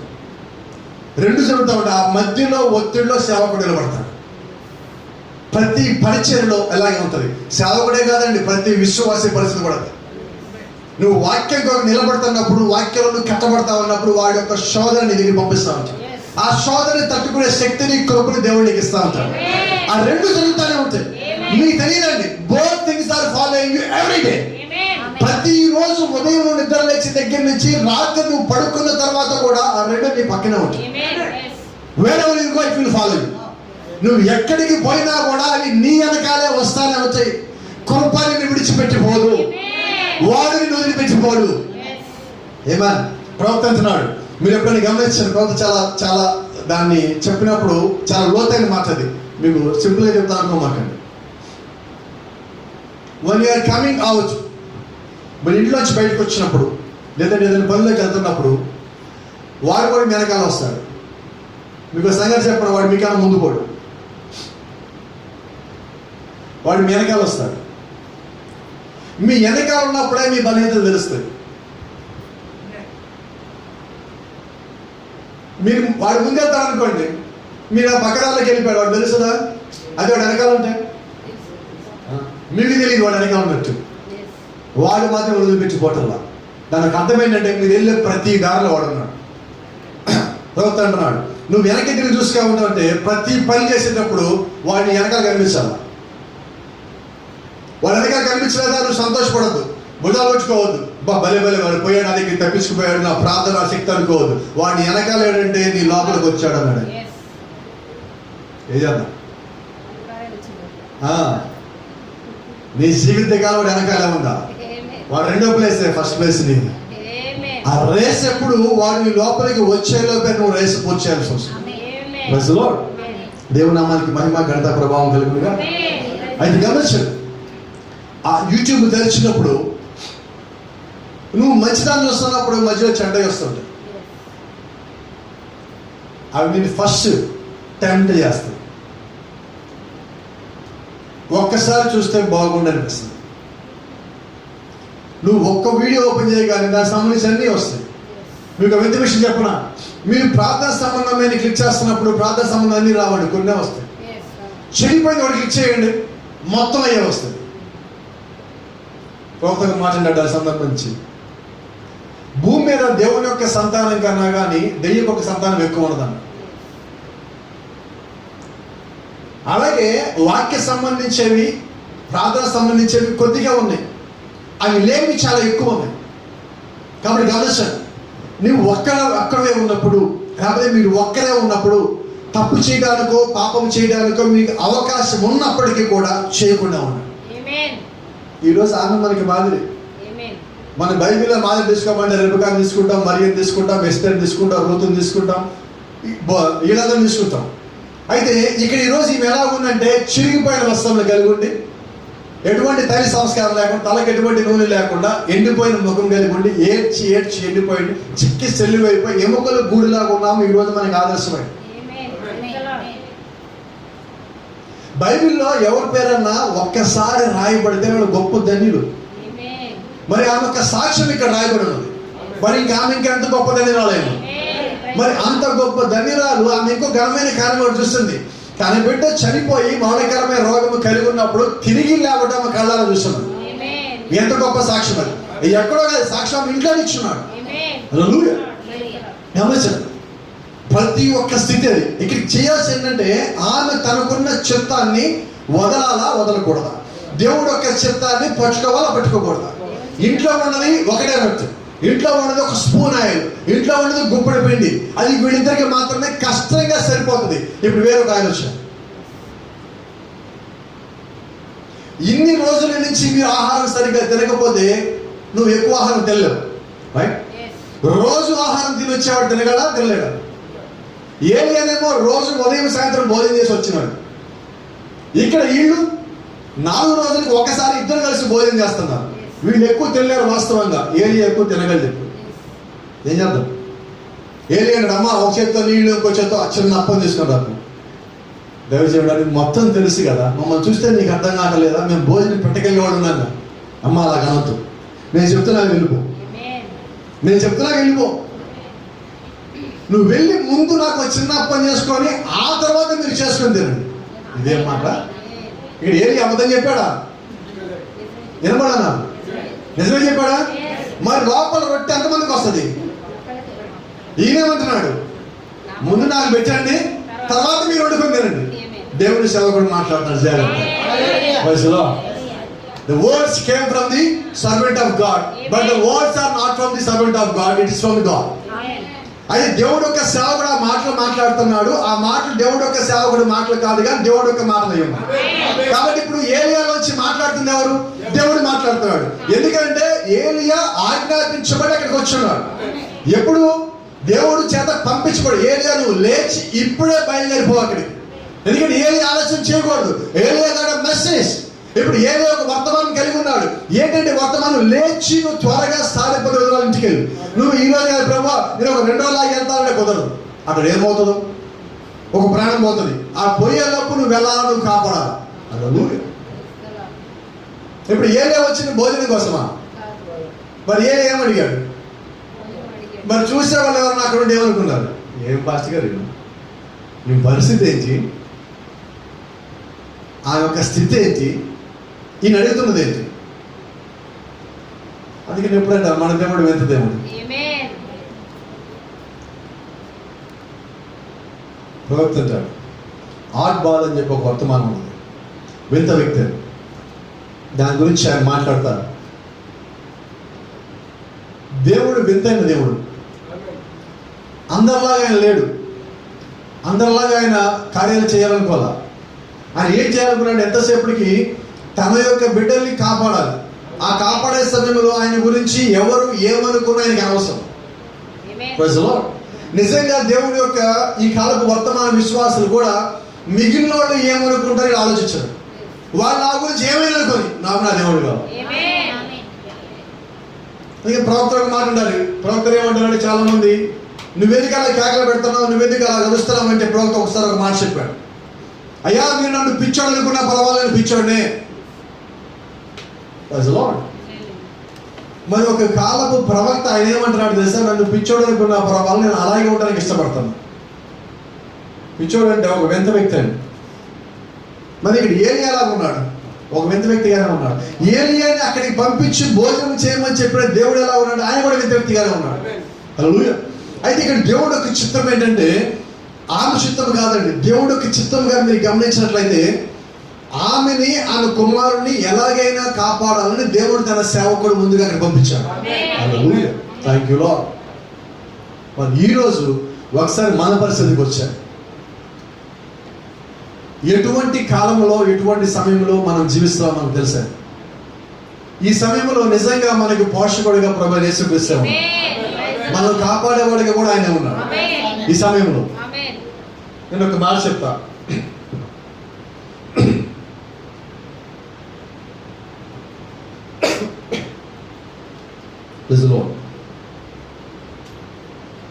సెకండ్ వేవ్ వచ్చినప్పుడు మేము మా ఫ్యామిలీ అంతా కూడా కరోనా ఎఫెక్ట్ అయ్యింది. మేమందరం కూడా, మైకేల్తో సహా చాలా కొద్ది మందికి తెలుసు. 8th month మైకేల్ అది ఎఫెక్ట్ అయినప్పుడు మైకేల్ ఇక్కడ వచ్చాం చర్చ్లో. మేమందరం ఇంట్లో ఉన్నాం. మావయ్య, సోని వాళ్ళ హస్బెండ్ ఇక్కడ ఉన్నారు. బ్లెస్. మేమంతా ముగ్గురం, స్మైలీ, నేను, మా మిస్సెస్ ముగ్గురం ఇంట్లో ఉన్నాం. ముగ్గురం 3 గదుల్లో ఉన్నాం. ఇంట్లోంచి బయటికి రాలేని పరిస్థితి, ఒక గదిలోంచి ఇంకో గదిలోకి వెళ్ళలేని పరిస్థితి, ఒకరి ముఖాలు ఒకరు చూసుకోలేని పరిస్థితి, మంచం వేసి లేచి నిలబడి మా పనులు కూడా మేము చేసుకోలేని పరిస్థితి, లేచి కూర్చోవాలన్నా కూడా ఒంట్లో కూర్చోవడానికి కూడా శక్తి లేని పరిస్థితి. ఆ పరిస్థితిలో ఒకటే ప్రార్థన చేసుకున్నాం. ఆ రోజు టెస్టులు కన్ఫర్మ్ అయింది. శనివారం నైట్ ప్రార్థన చేస్తున్నప్పుడు 3 గంటలకి ప్రార్థనలో ఉన్నప్పుడు దేవుడు బలమైన వాక్యం ద్వారా మాట్లాడటం జరిగింది. ఇదే రాజుల గ్రంథం చదువుతూ ఉన్నప్పుడు ఏలియా కొండ మీద 400 మంది ప్రవక్తలను చంపి అక్కడి నుంచి తిరిగి వచ్చేసినప్పుడు, అక్కడి నుంచి పారిపోవడానికి ముందు యెజబెల్ వచ్చి ఏలియాకు వార్నింగ్ ఇచ్చింది. నువ్వు చంపిన ఆ ప్రవక్తల్లో రేపు సాయంకాలానికి నీవు కూడా ఒకటి వంటి వాడే కాకపోతే నా దేవుడు నాకు గొప్ప అపాయం కలుగజేయను గాక అని దేవుడి సేవకుడైన ఏలియాని యెజబెల్ శపించినప్పుడు, ఏలియా అక్కడి నుంచి పారిపోయినప్పుడు ఒక చెట్టు దగ్గరికి వచ్చి ఆగిపోయాడు. దేవుడు యొక్క దూత వచ్చి అక్కడ మాట్లాడుతుంది. దేవుడు పంపించిన దూత వచ్చాడు. ఏలియా, నువ్వు తిను పడుకో, నీ ప్రయాణం చాలా పెద్దగా ఉన్నది. ఆ మాటలు చదివిన తర్వాత ఏలియాతో పోల్చుకోవటం అసలు అటువంటి ఆలోచన లేదు. అయితే నన్ను బలపరిచిన వాక్యంగా మీకు నా సాక్ష్యంగా చెప్తా ఉన్నాను. దేవుడు యొక్క సేవకుడిగా నేను పనిచేస్తున్నప్పుడు దేవుడు ఆ మాటల్లో నన్ను కూడా బలపరిచాడు. మేము క్వశ్చన్ చేయలే, ప్రభు మాకెందుకు ఇది ఇలాగ ఇచ్చావు ఈ వ్యాధిని అని మేము ఎవ్వరం కూడా ప్రశ్నించలే. ఈరోజు కూడా ఒక్క ప్రశ్న కూడా అడిగలేను నేను. నీ చిత్తం అంతే. మాకు మైకేళ్ళు ఇచ్చావు, అలాగే ఇది కూడా ఇచ్చావు, అంతే. రెండింటి మేము ప్రేమిస్తున్నాం. నీ చిత్తంలో ఇది ఉంటే ఇలాగే, ఒకవేళ దీని నుంచే మేము వెళ్ళిపోవాలా, ఇక్కడి నుంచి వెళ్ళిపోతాం రెడీ, లేదా లేచి పని చేయాలా, లేచి పని చేస్తాం, ఏదైనా రెడీ. అప్పుడు ఒక మాట అనుకున్నా, నేను ఇప్పుడు దాకా పరిచయం చేసినప్పుడు యథార్థంగానే పరిచయం చేస్తానా చేయలేదా? నాకు స్టిల్ ఏం గుర్తున్నది నేను మాట్లాడిన మాటలు, నేను చేసిన ప్రార్థన. ఒకవేళ ప్రభా మాకు కానీ మళ్ళీ అవకాశం వస్తే బోధించడానికి ఇంకా యథార్థంగా ఉంటానని ప్రయత్నం చేస్తాను. ఆ మాటలు అక్కడ గమనించండి. ఇప్పుడు ఏలియాకి భోజనం ఎక్కడి నుంచి వచ్చింది? దేవుని యొక్క దూత తీసుకొచ్చి పెట్టారు. ఇక్కడ ఏలియాకి భోజనం ఎవరు తీసుకొచ్చి పెట్టారు? దేవుడే పైన తెప్పించి పెట్టారు. ఇంకోసారి నేను తెలిసేప్పుడు సాధిపతి ఎదురాలు ఇంటికి వెళ్ళినప్పుడు ఇక్కడ భోజనం ఎవరు ఏర్పాటు చేశారంటే దేవుడు ఏర్పాటు చేశారు, సాధిపతి ఎదురాలు కాదు. అంటే ఈరోజు మనందరికీ కూడా భోజనం ఏర్పాటు చేసేది ఎవరు తెలుసా? మనం అనుకుంటాం, నేను వెళ్ళాను, నేను కష్టపడ్డాను, నేను పని చేస్తే, నేను కొన్నాను, నేను తెచ్చానని అనుకుంటాం. అయితే వాటన్నింటిలో నీ పాత్ర నువ్వు పోషిస్తావు, ఏమి కాదంటల్లా. అయితే నేను కాపాడుతున్నవాడు ఒకడు ఉన్నాడు. ఆయన హస్తం నీ మీద లేకపోతే నువ్వు ఇంట్లోంచి బయటికి రాలేవచ్చని నేను గతంలో కూడా చెప్పా. మొట్టమొదటిసారి ఉగాండా దేశం వెళ్ళేటప్పుడు ఇంటర్నేషనల్ ఫ్లైట్ ఎక్కినప్పుడు పక్కన కూర్చొని వ్యక్తితో మాట్లాడుతున్నా, అయ్యా మనం ఇక్కడ ఎంతసేపు వెళ్ళాలన్నా, టైం తెలుసు రాసి ఉంది, అయినా పక్కన వాళ్ళతో మాట్లాడి అడుగుతుంటే అతనికి అనుభవం ఉండదు, వెళ్ళిన అనుభవం. పాస్ గారు 7-8 గంటలు వెళ్ళాల్సి వస్తాను, మధ్యలో ఆగదాను ఏమన్నా కింద సముద్రం అన్న. ఏంటది మధ్యలో ఏమన్నా అయితే అంటే తెలియాలి 2 రోజులు పట్టుద్ది, ఎక్కడ పడిందో తెలియాలి 2 రోజులు పట్టుద్ది. ఇది పరిస్థితి. అప్పుడు ఒక మాట అన్నా, ఫ్లైట్ ఎక్కేంత వరకు నా శక్తి పనిచేసింది, ఫ్లైట్ దిగాలని దేవుడి కృప పనిచేయాలి. అర్థమవుతుందా? అలాగే మనం ఇంట్లోంచి బయటికి రాగలం, డ్రెస్ అప్ అయి ఇంటికి బయటికి రాగలం, మళ్ళా తిరిగి ఇంటికి వెళ్ళాలని దేవుడి కృపే ఉండాలి. అస్సలు మర్చిపోవద్దు. కాబట్టి ఎప్పుడు ఒక మాట అంట, ఏ ఒక్కరు మీరు ఇంటికి తిరిగి వెళ్ళినా గుమ్మల్లో నుంచే ప్రార్థన చేయాలి, గుమ్మల్లో నుంచే ప్రార్థన చేయాలి. ఎందుకంటే తిరిగి నీ ఇంటి గుమ్మలో దేవుడిని అడుగుపెట్టే కృప ఇచ్చాడు. మీకు తెలియదండి అది ఎంత శక్తివంతమైనదో. ప్రతిరోజు అంట ఇంటి యజమాని ఎవరైతే ఉన్నారో, ఒకవేళ మీకు కొద్దిగా లేట్గా పడుకునే అవకాశంగా ఉంటే కుటుంబంలో అందరి గురించి ప్రార్థన చేసుకోండి. మీ బాధ్యత అది. వాళ్ళకి కేవలం భోజనం పెట్టడము, ఆహార పదార్థాలు చూడటము, వస్త్రాలు చూడటము, ఇంటికి కావాల్సిన రెంటో లేదా సొంత ఇల్లు ఉంటే మంచి ఇవన్నీ కాదండి. మీ ప్రార్థన ఇంటికన్నా ప్రబలమైనది. ఒక్క నిమిషం వీలు చేసుకుని ప్రార్థన చేయండి. మీరు ఎంత తృప్తిగా ఉండదు తెలుసా? ఆ ప్రార్థన చేసి ఒకసారి పిల్లల ముఖం లేదంటే ఇంట్లో తల్లిదండ్రుల భార్య ముఖం చూసినప్పుడు ఆ సంతోషాన్ని మీరు పొందుకుంటారు. అది చేస్తేనే తెలుస్తుంది, చెప్తే కాదు అది. ఎందుకంటే దేవుడు మనకి ఆ కృపనిచ్చున్నాడు. ఆ కృపను బట్టి మనం ఈ రోజుకి జీవిస్తున్నాం. అది మర్చిపోమాకండి. మా సంగతికి వస్తే మేము అటువంటి స్థితిలో ఉన్నప్పుడు, అటువంటి పరిస్థితిలో ఉన్నప్పుడు దేవుడికి తెలియాలి. అకౌంట్లో ఏమీ లేవు డబ్బులు. ఇంత సాక్ష్యం కూడా చెప్పున్నాను అప్పుడు. అయితే వింతైన విషయం ఏంటంటే ఐ నెవర్ ఆస్క్ ఎనీవన్. నేను ఏ ఒక్కరిని అడగల. ఆ రోజు శనివారం మాకు కన్ఫర్మ్ అయింది, ఆదివారం సర్వీస్ జరిగింది. సర్వీస్ అయిపోగానే ఫస్ట్ నాకు శ్రీనివాస్ బ్రదర్ ఫోన్ చేశాను. నాకు జ్ఞాపకం, బ్రదర్ ఏమైనా కావాలంటే మాకు ఫోన్ చేయండి, మేము రెడీగా ఉన్నాం. మేము రెడీ. బస్సులో అబ్రహం బ్రదర్ ఫోన్ చేశారు, అసలు గారు మాకు ఏమైనా కావాలి, మేము అందుబాటులో ఉంటాం, మాకు చెప్పండి. Justin brother glory sister phone చేస్తారు, బ్రదర్ మేము రమ్మంటే ఎప్పుడైనా వచ్చేస్తాం, మేము రెడీ ఆల్వేస్. వందల బ్రదర్ ఫోన్ చేస్తాం, వందల బ్రదర్ రోజు పొద్దున్నే ఫోన్ చేస్తాం. 7-8 మిస్డ్ కాల్స్ ఉంటాయి. నా పాస్టర్ గారు రమ్మంటారా, చెప్పండి వచ్చేస్తారు, తెమ్మంటారా. అదే సిస్టర్ ఫోన్ చేశారు. అదే సిస్టర్ ఫోన్ చేయడమే కాదు, మాకోసం పికిల్స్ కూడా తీసుకుని వచ్చున్నారు. హల్లెలూయా. ఏంటంటే ఇంత చెప్తాను చూడండి, మీకు స్పష్టంగా చెప్పాలి. నేను సురేష్ బ్రదర్ రాలేదు, ప్రియాంక సురేష్ బ్రదర్ రాలేదు. వాళ్ళు పికిల్స్ తీసుకొచ్చి ఇంటికి ఇచ్చారు, రిజిస్ట్రేషన్ తీసుకొచ్చి ఇంటికి ఇచ్చారు. జస్టిన్ బ్రదర్ గ్లోరీ సిస్టర్ వాళ్ళు వీళ్ళు ఇంటికి వస్తారు, నట్స్ తీసుకొచ్చారు. నట్స్ అంటే డ్రై ఫ్రూట్స్. ఇదేంటిది, నేను ఎవరికేం చెప్పలేదే, ఎలా వచ్చినాయి అంటారు. వాళ్ళకి ఏదో ప్రేరేపణ వచ్చింది, ఎక్కడికి వచ్చిందో నాకు తెలియదు. మేము ఏదో చేయాలి, తీసుకెళ్ళాలి, ఇవ్వాలి. ఎక్కడి నుంచి వచ్చిందా ప్రేరేపణ? అది రావటము, అవి జరగటము. మేము ఇంకో సంగతి కూడా చెప్పాలి, వాటి ద్వారా మేము పోషించబడ్డాం. హల్లెలూయా. మరి చాలా మంది సహోదరులు మరి చర్చికి వస్తేనే మేము దశమ భాగాలు ఇవ్వాలన్నట్టు కాకుండా వాళ్ళు ఏం చేశారంటే వాళ్ళు ఎలాంటి ఆలోచించి కూడా తెలియదండి. నా పాస్టర్ మేము అకౌంట్కి పోయి దశమ భాగాలు పంపిస్తున్నామని చెప్పి ఫోన్ చేసి దశమ భాగాలు పంపించింది.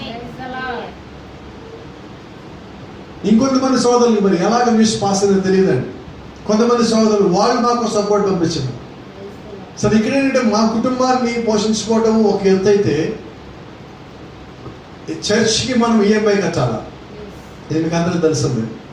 ఇంచుమించుగా 20-25,000 మధ్యలో మనం కడుతున్నాం. ఇంట్లో ఉండి బయటికి రాకుండా మరి ఈఎంఐలు ఎలా కట్టాలా?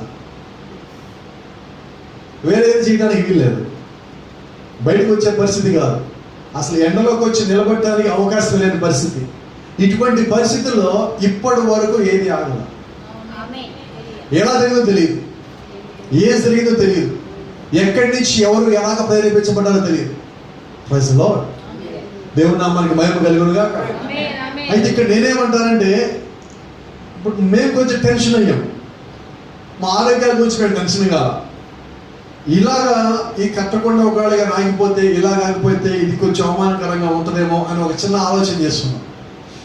అయితే ప్రార్థన చేసి, ప్రభా నీ చిత్తం, మేము ఇటువంటి భయంకరమైన స్థితిలో నుంచి హాస్పిటల్కి వెళ్లకుండా బయటికి రావడం అంటే చిన్న విషయం కాదు, చాలా పెద్ద విషయం. ఈరోజు ఉదయం కూడా నేను సాయంకాలం ఒక సహోదరు మాట్లాడతాను, పాస్టర్ గారు మా ఇంట్లో వాళ్ళే, మా బంధువులు 7.5 లక్షలు ఒక్కొక్కరికి ఖర్చు అయిందండి, ఇద్దరికి హాస్పిటల్లో ఉంటారు. మరి సిస్టర్ వాళ్ళ అత్తయ్య వాళ్ళు ఉన్నారు, వాళ్ళు కూడా ఇంచుమించుగా 3 లక్షలు అయింది ఒక్కొక్కరికి, 3 లక్షలు ఖర్చు పెట్టారు. విజయవాడలో ఉన్నారు చిన్న బ్రదర్ అని మీకు తెలుసు, బ్రదర్కి 4 లక్షలు అయింది 16 రోజులకి హాస్పిటల్లో. మరి మేము అంత ఎఫెక్ట్ అయ్యి దాదాపుగా 1.5 పాటు దగ్గుతానే ఉన్నప్పటికీ, మీరు ప్రసంగాలు కూడా చూసారు, దగ్గుతానే ఉన్నాం, వాటర్ తాగుతున్నా, ప్రసంగం చేస్తానే ఉన్నాం. కానీ దేవుడు కృపించారు అలాగే ప్రసంగం చేయటానికి, అది సంతోషం. మరి ఆ స్థితిలో ఉన్నప్పటికీ కూడా దేవుడు ఎటువంటి ఖర్చు కానీ ఇబ్బంది కానీ మా మీద పడనేయకుండా, చిన్న మైకేల్ దగ్గర నుంచి నా వరకు అందరినీ దేవుడు మమ్మల్ని కాపాడున్నాడు. కాబట్టి దాన్ని బట్టి మేము ఇంకా దేవుడికి కృతజ్ఞతలు చెల్లించే వాళ్ళు ఉండాలని కోరుకుంటున్నాం. వీటన్నిటిలో మీకు చెప్పాల్సిందంటే, మీ అందరూ కూడా మేము రుణస్థులమై ఉన్నాం. మీరందరూ చేసిన ప్రార్థన ఈ రోజు మమ్మల్ని ఇక్కడ తీసుకుని వచ్చింది. కేవలం మీ ప్రార్థన, మీ ప్రేమ, మీ అభిమానం, ఇంకా ఎంతో మంది పట్టుదలగా ప్రార్థన చేశారు. మా పాస్ గారికి ఇలా అవటం ఏంటి అనే దానికన్నా కానీ మా బ్రదర్కి ఇలా అవటం ఏంటని ప్రార్థన చేసే ఎక్కువ మంది ఉన్నారు. దాన్ని బట్టి ఈ రోజు మేము ఈ మధ్యలో ఉన్నాం ఇక్కడ. అది కేవలం మీరందరూ చూపించిన ప్రేమ, మీ అందరూ చూపించిన పట్టుదల, మీ అందరూ చూపించిన ప్రార్థన. ప్రవక్త ఒక మాట అంటాడు, వేడిన పట్టుదల అన్న దాంట్లో మార్తా యొక్క ప్రార్థన, మార్తా యొక్క పట్టుదల లాజరును బయటకు తెచ్చింది. చనిపోయిన లాజరు ప్రార్థన చేయలేదండి. లాజరు తరపు నుంచి మార్తా విశ్వాసం కలిగి ఉన్నది. యేసుక్రీస్తు వస్తే ఖచ్చితంగా ఇది బయటకు వస్తాడు. మరి ఆ విశ్వాసం, పట్టుదల యేసుక్రీస్తు వచ్చినప్పుడు లాజర్ని బయటికి తెప్పించే విధంగా అక్కడ ఉన్నది. అలాగే మీ అందరి ప్రార్థన, మీ అందరి పట్టుదల, మీ అందరూ చూపించిన అభిమానం ఈరోజు మేము మా కుటుంబంతో ఇలాగా ఉండటానికి మాకు అది ఎంతో ఉపయోగపడిందంటే, కానీ మమ్మల్ని బలపరిచిందంటే ప్రజలో మరింత యథార్థంగా మీకు పరిచయం చేయడానికి దేవుడు మాకు ఇంకొక అవకాశం ఇచ్చాడు. నేను డైరెక్ట్గా చెప్తాను, this is my second life. This is my second life, total second life. ఎందుకంటే నేనున్న పరిస్థితి ఏంటో నేను చెప్తే తప్ప ఎవరికి తెలియదు. ఇంట్లో నేను చాలా వరకు చెప్పాల ఈ యొక్క పరిస్థితి, ఎటువంటి పరిస్థితి అనుభూతిని చెందాను. ఎంత పరిస్థితి మేము వెళ్ళామంటే, మేము మా మిస్సెస్ ఇద్దరం కలిసి స్మైలీని కూర్చోబెట్టి, మా ఇద్దరికి ఏదైనా జరిగితే మేము స్మైలీ నెక్స్ట్ ఏం చేయాలి, మైకేల్ని ఎలా పెంచి పోషించాలి లెక్కించి మొత్తం కూర్చోబెట్టి చెప్పుకున్నాము. అటువంటి స్థితికి మేము వెళ్ళున్నాం. అది ఈ రోజు ఇక్కడ మేము నిలబడ్డామంటే ఖచ్చితంగా దేవుడు చూపించిన కృపే, నో డౌట్. నేను అదే నమ్ముతా ఉన్నా. ఆ రోజు ఇంకా బలంగా నమ్మింది ఏంటంటే, ఏలియాను పోషించిన దేవుడు నన్ను కూడా పోషించాడు. ఏలియాతో పోల్చుకోవడం లేదండి, అసలు అంత హక్కు లేదు, అసలు మాట పలకడానికే వీళ్ళే అర్హత లేని వాళ్ళు. అయినప్పటికీ కూడా ఏలియాని పోషించిన అదే దేవుడు మమ్మల్ని, మా కుటుంబాన్ని పోషించాడు. నేను ఇంకా నమ్ముతాను, ఇక్కడున్న మీలో చాలా కుటుంబాల్లో కూడా అదే ఏరియా యొక్క దేవుడు కాపాడున్నాడు, అదే ఏరియా యొక్క దేవుడు కృప చూపించున్నాడు, అదే ఏరియా యొక్క దేవుడు పోషించున్నాడు. The same God. ఆయన ప్రవక్త అన్నాడు, ఆయన కేవలం Jerusalem is not God of Jerusalem, is not God of only God of Jeffersonville, is God of everywhere. ఆయన కేవలం జెరూసలేం దేవుడు కాదు, ఆయన కేవలం జెఫర్సన్విల్ దేవుడు కాదు, ఆయన ప్రతి ఒక్క చోట ఉండే దేవుడే ఉన్నాడు. Is omnipotent and omnipresent. ఆయన సర్వాంతర్యామి, ఆయన సర్వశక్తిమంతుడైన దేవుడై ఉన్నాడు. కాబట్టి ఆయన కళ్ళు దృష్టిలో నుంచి ఏది తప్పించుకోలేదండి. ప్రవక్త అన్నట్టుగా ఆయన కళ్ళు దృష్టిలో నుంచి మిన్నెల్ని దగ్గర నుంచి తిమ్మింగళం దాకా ఏది తప్పించుకోలేదు. కంటికి కనబడిన సూక్ష్మజీవి దగ్గర నుంచి కంటికి కనిపించే అత్యంత పెద్ద తిమ్మింగల వరకు ఆయన కళ్ళు దృష్టి అన్నీ ఉన్నాయి. మరి అవన్నీ ఆయన నోటి మాట ద్వారా కలిగితే మనం ఆయన చేతి పని ద్వారా కలిగిన వాడు. ఆయన మనల్ని ఇంకా ఎక్కువగా ప్రేమించాడు, ఆయన ఎక్కువగా కృప చూపించున్నాడు. కాబట్టి మన కృప నుంచి తప్పిపోకుండా ఉండడానికి కావాల్సిన ప్రతి ఒక్కదాన్ని మనం చేద్దామని. Praise the Lord. దేవుని నామానికి మహిమ కలుగునుగా. Let me complete this. అయితే ఏలియా ఆమెను అడిగినప్పుడు ఆమె మాట చెప్తుంది, దయచేయుడా మా కుటుంబ సంగతి నీకు తెలీదా, మా పరిస్థితి నీకు తెలీదా, మేము చిట్ట చివరి భోజనం చేసి నేను నా కుమారుడు చనిపోదాం అనుకున్నాము, ఇప్పుడు నువ్వు వచ్చి అప్పయ్యమంటున్నావు, ఇప్పుడు నుంచి నువ్వు రొట్టె ఇమ్మంటున్నావు అంటే, అమ్మ అలా కాదు, మొట్టమొదటి నేను చెప్పింది చేయకు, ఆ తర్వాత వండుకో. ఇక అవేం మాట్లాడాల. సరే ఇక ఆయన చెప్పండి, నేను ఏం చేసేది లేదని లోపలికి వెళ్ళి ఆమె రొట్టె చేస్తుంది. అలా థ్యాంక్ యూ లార్డ్. పిల్లోడు పక్కన కూర్చున్నాను, వాళ్ళ అమ్మ రొట్టె చేస్తుంది. రొట్టె చేసింది, స్పూనే నూనె ఉంది తీసింది, గుప్పిడి పిండి ఉంది తీసింది, కలిపింది. ఆమెకు తెలిసి పిండి అయిపోయినది, ఆమెకు తెలిసి నూనె అయిపోయినది, మొత్తం కలిపింది, అప్పం చేసింది.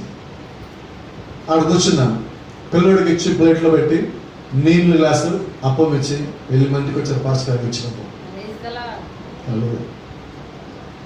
పిల్లోడు తీసుకొచ్చి పాస్కర్ ముందు పెట్టారు, నీళ్లు పెట్టారు. పాస్టర్ గారు తినను, నువ్వు కూడా తినను, నేను తింటాను మీరు తినను, మా అమ్మ చాలా బాగా చేస్తుంది, నువ్వు కూడా వచ్చి ఇద్దరు తిందామన్నాడు. పిల్లలు లోపలికి వచ్చాడు, అమ్మ నాకు కూడా రొట్టె చేయి, నేను పాస్టర్ ఇద్దరు కలిసి తింటాను. ఎక్కడ చేయాలి? వాళ్ళ అమ్మ ఏం చేద్దామని తెలుసా, కాసేపు రొట్టె చేస్తున్నట్టుగా యాక్షన్ చేద్దాం అనుకుంది పిల్లోడు. ఆ కొండలో చేయబెట్టింది. Thank you. పిల్లోడికి కొద్దిసేపు ఆ పాస్కర్ తినేసేంత వరకు ఏదో ఒకటి చేసి ఆపుదామని చెప్పి ఆ ఖాళీ కొండలో చేయబడితే ఆమె పిల్లోడి ముందు పిండి ఉన్నట్టుగా యాక్షన్ చేద్దాం అనుకుంటే ఈమె చేతికి నిజంగానే పిండి తగిలింది. నిజంగానే పిండి తగిలింది ఆమె చేతికి. ఆమె దుప్పుడుతో తీస్తున్నప్పుడు ఆమె కళ్ళలోంచి నీళ్ళు వస్తున్నాయి. ఇదేంటిది, నా చేతితో నేనే కదా కుండమ్మతో దులిపి మరి ఆ పిండి తీసి పిండి ఎక్కడి నుంచి వచ్చింది. అయినా ఆమె సంతోషంతో కూర్చొని పిండి కలుపుతా అని చెప్పి పిండి తీసింది. ఇప్పుడు నూనె దగ్గర చేపెట్టినప్పుడు నూనె కూడా మళ్ళా దాంట్లోంచి పెడతా ఉన్నది. ఎందుకంటే అవర్ గాడ్ ఇస్ ప్రొవైడర్. మన దేవుడు పోషకుడై ఉన్నాడు. నువ్వు వాక్య ప్రకారం నిలబడినప్పుడు, నీ యొక్క స్థలంలో నువ్వు నిలబడినప్పుడు, ఆయనతో నువ్వు సర్వం వెచ్చించినప్పుడు, నీకు కావలసిన సమస్తాన్ని ఏర్పరిచే దేవుడు ఆయన అయి ఉన్నాడు.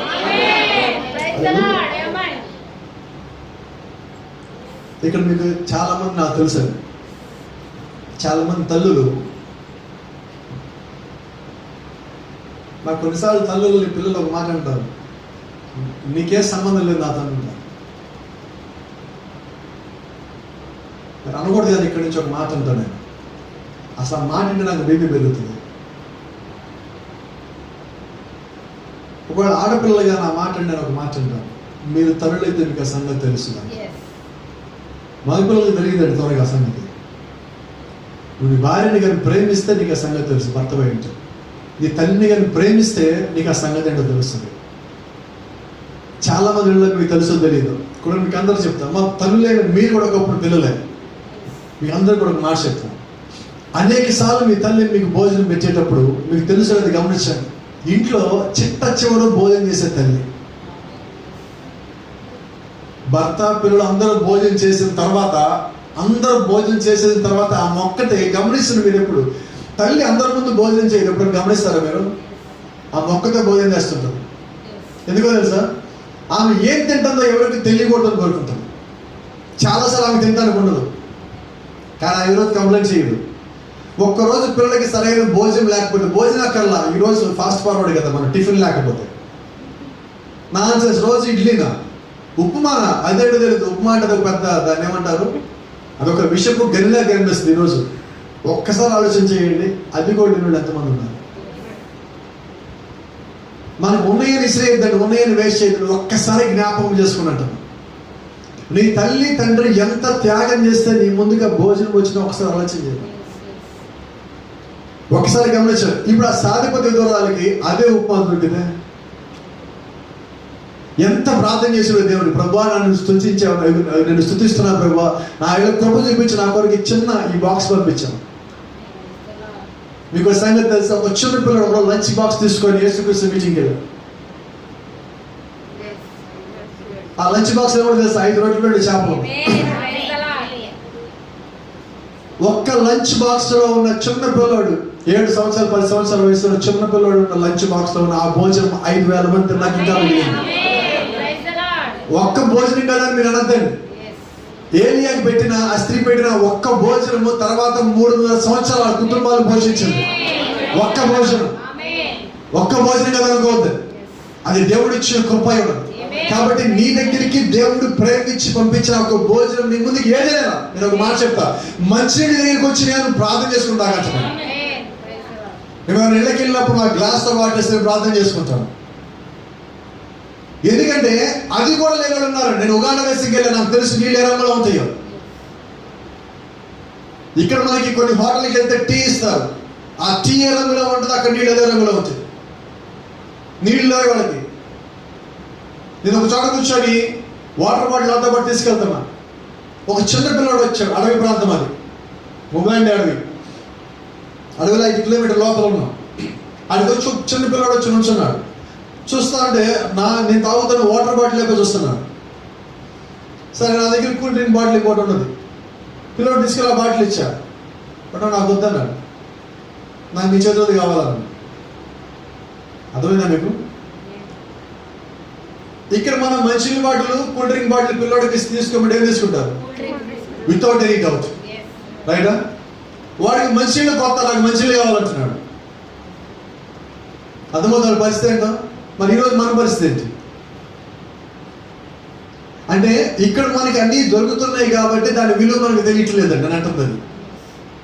ఇంట్లో భోజనం మనకి రెగ్యులర్గా దొరుకుతుంది కాబట్టి మనకు దాని విలువ తెలియట్లా. ఒక్క పూట మీరు భోజనం చేయకపోతే దాని విలువ ఏమంటే తెలుసు. ఒకరోజు ఫాస్టింగ్ ఉండండి,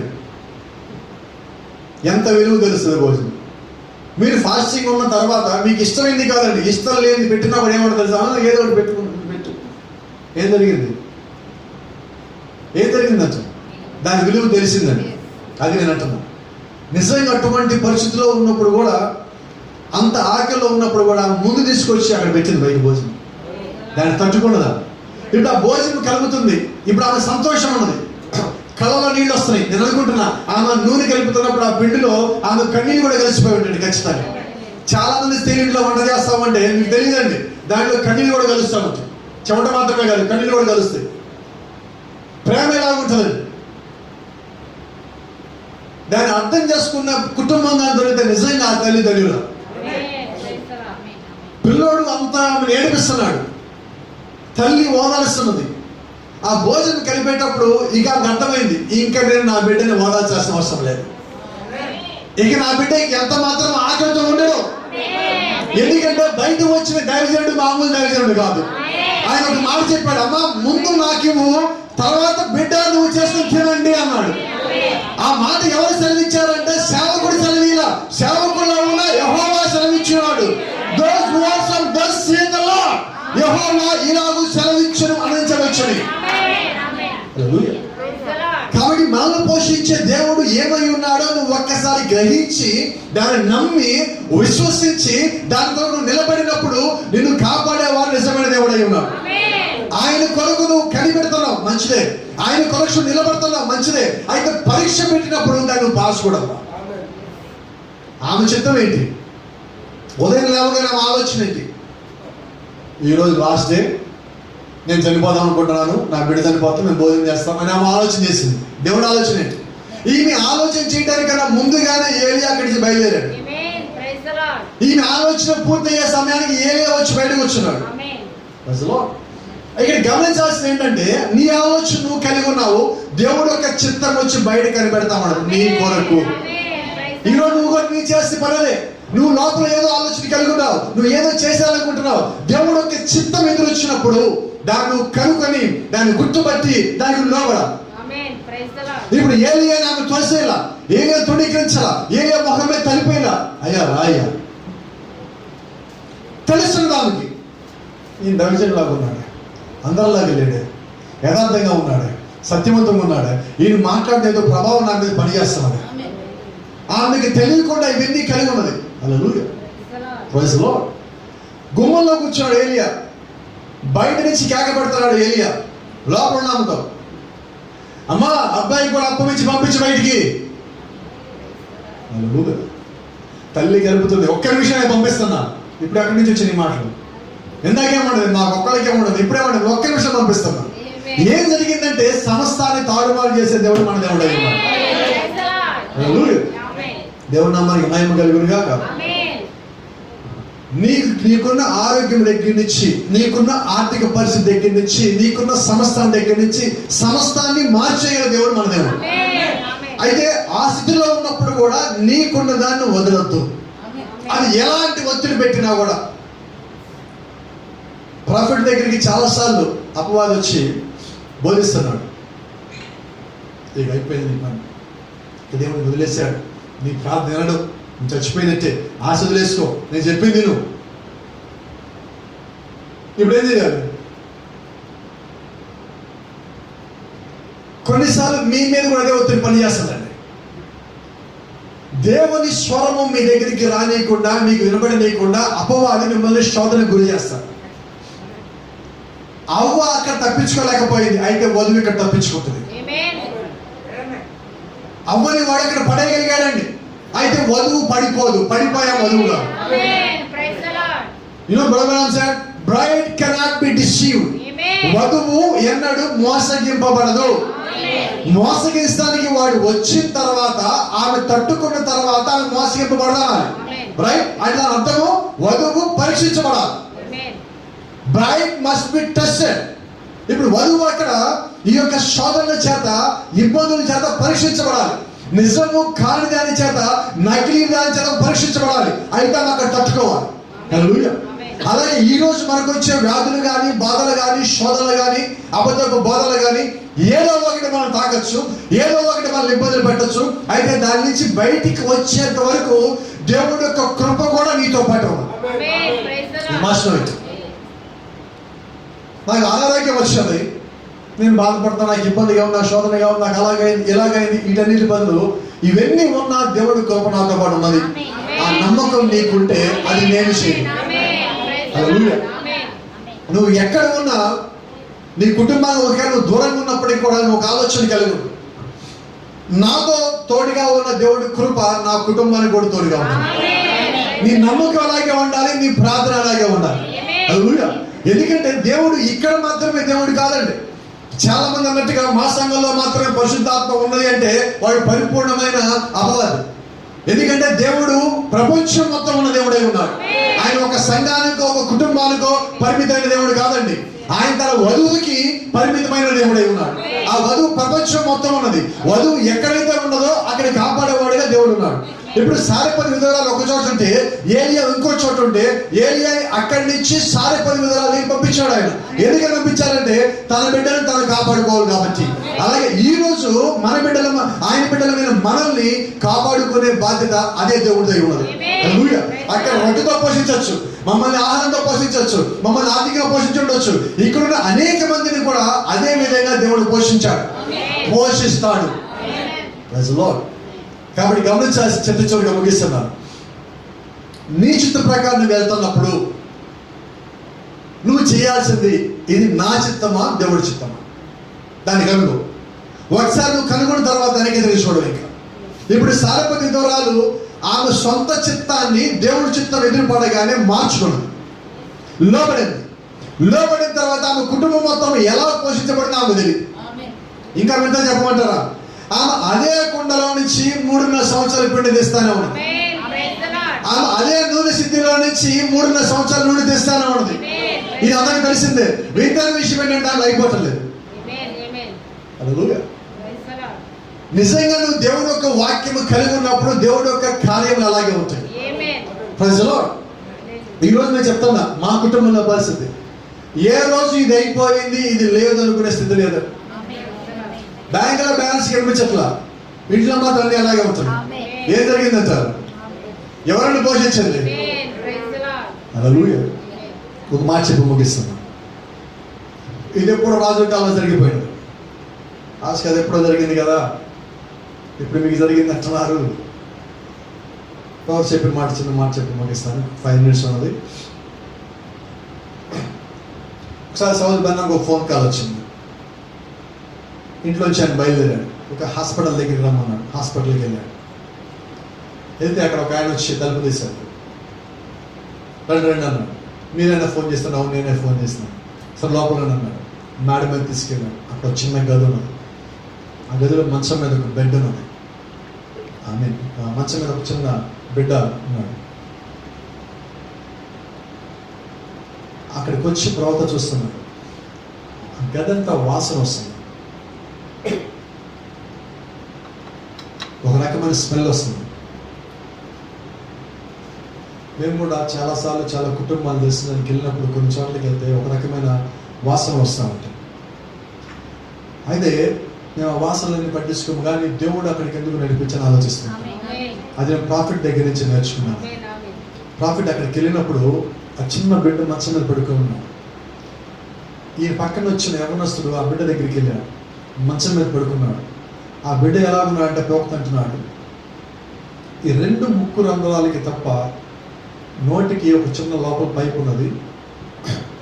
మొత్తం అంతా కట్లు కట్టేసింది. తలంతా బ్రెయిన్కి ఆపరేషన్ చేస్తారు. పిల్లలకి తలంతా ఉబ్బిపోయి ఇంతకు ఉన్నది. బాడీ ఇంతే ఉంది. ఆ తండ్రి పిల్లడి పక్కన పడుకొని ఈ చేతులు కదలకుండా ఇక్కడి నుంచి ఇక్కడ దాకా చెక్క ముక్కలు పెట్టేసి కట్టేశారు. సైలెంట్ బాటిల్స్ ఉంది. వేడి కలపకూడదని పిల్లడికి ఇలా పెట్టి, మీకు తెలుసు చూసే ఉంటారు, చెక్కతో కట్టేశారు మొత్తం అంతా గుడ్డతో. అక్కడికి వచ్చి ఆ తండ్రి పిల్లడి పక్కన పడుకొని ఆ బిడ్డ తల మీద చేయబెడతా ఇలాగా నిమ్ముతున్నట్టుగా అంటాను, లిటిల్ టోనీ, పిల్లడి పేరు Tony. Little Tony, say, who has come for you? Brother Branham came for you to pray for you. ఆ చిన్న పిల్లడికి తండ్రి చెప్తున్నాడు, చూడు నీకోసం ఎవరు వచ్చారో, సోదరు బ్రహ్మం వచ్చారు, ఆయన గురించి ప్రార్థన చేయడానికి వచ్చారని చెప్తుంటే ప్రాఫిట్ అంటారు. ఆ చిన్న పిల్లోడు వాళ్ళ నాన్న స్వరము గుర్తుపట్టి చేతులు కాళ్ళు కదుపుతున్నాడు. ప్రాఫిట్ అంటాడు. నిజమైన తండ్రి కుమారుడు కూడా తండ్రి స్వరం వినగానే ఎటువంటి స్థితిలో ఉన్నా అలాగే కదులుతాడు. ఎటువంటి స్థితిలో ఉన్నా ఇట్స్ నాట్ మ్యాటర్. నువ్వు ఏ స్థితిలో ఉన్నప్పుడు కూడా వాక్యం నీ దగ్గరికి వచ్చినప్పుడు నువ్వు వాక్యానికి స్పందిస్తానే ఉంటావు. అది నీ తండ్రి యొక్క స్వరం అయినప్పుడు ఖచ్చితంగా స్పందిస్తాను. ప్రవర్తన చూడండి, అన్నింటికన్నా పెద్ద రోగం ఏంటంటే ఆమె చెప్పలేకపోవటం ఉన్నాడు. ఇప్పుడు ఆ చిన్న పిల్లోడు కూడా ఆ యొక్క తండ్రి స్వరం విని కదులుతున్నాడు. ప్రవక్త అంటున్నాడు, అక్కడికి వచ్చిన తర్వాత ఆ సరైన బాటలు, ఆ పైపులు, ఆ టేపులు అవన్నీ చూసి ఆ వాసన చూసి ఆయనకి కడుపులో తిప్పేసింది. ఏమంటే కాడుల్లోకి వెళ్ళిపోయి వామిటింగ్ అయిపోతాడు. ఒక పక్కకి వెళ్ళిపోయి ఆయన ఒక మాట అంటున్నాడు, ప్రభువా నన్ను ఇందుకోసమని ఇంకా భూమి మీద ఉంచావు, ఇలాంటి వారికి ప్రార్థన చేయడం కోసం ఇంకా ఇక్కడ ఉంచాను. అంత చిన్న పిల్లోడు వాళ్ళ నాన్న స్వరం గుర్తుపడుతున్నాడు. అంత చిన్న పిల్లోడు కూడా బ్రహ్మం అని ఒకటి వస్తున్నాడు అనగానే గుర్తుపడుతున్నాడు. అంటే అనేక సార్లు ఆ తల్లి తండ్రి నీ కొరకు బ్రహ్మం వస్తాడు, ప్రార్థన చేస్తాడు పిల్లోడు చెప్పున్నాడు. ఇప్పుడు ఆ పిల్లోడు ఆ మాటల్ని దగ్గరికి వచ్చినాయి అనగానే ఆ పిల్లోడికి కూడా తెలియని ఒక సంతోషం గుర్తుపెడుతున్నాడు. ఆ మాటలు వింటున్నప్పుడు ఈయనకి కళ్ళలోంచి నీళ్ళు ఆగట్లా, కన్నీళ్ళు కారుస్తూ ఉన్నాడు. బయటకు వచ్చేస్తున్నాడు. ప్రార్థన చేసి లోపల కొద్దిసేపు ఉండి ప్రార్థన చేసి బయటకు వచ్చేసి లోపల కారులోకి వచ్చింది. వెళ్తుంటే అక్కడ ఆ బ్రదర్ వచ్చాడు ఏమన్నాడంటే,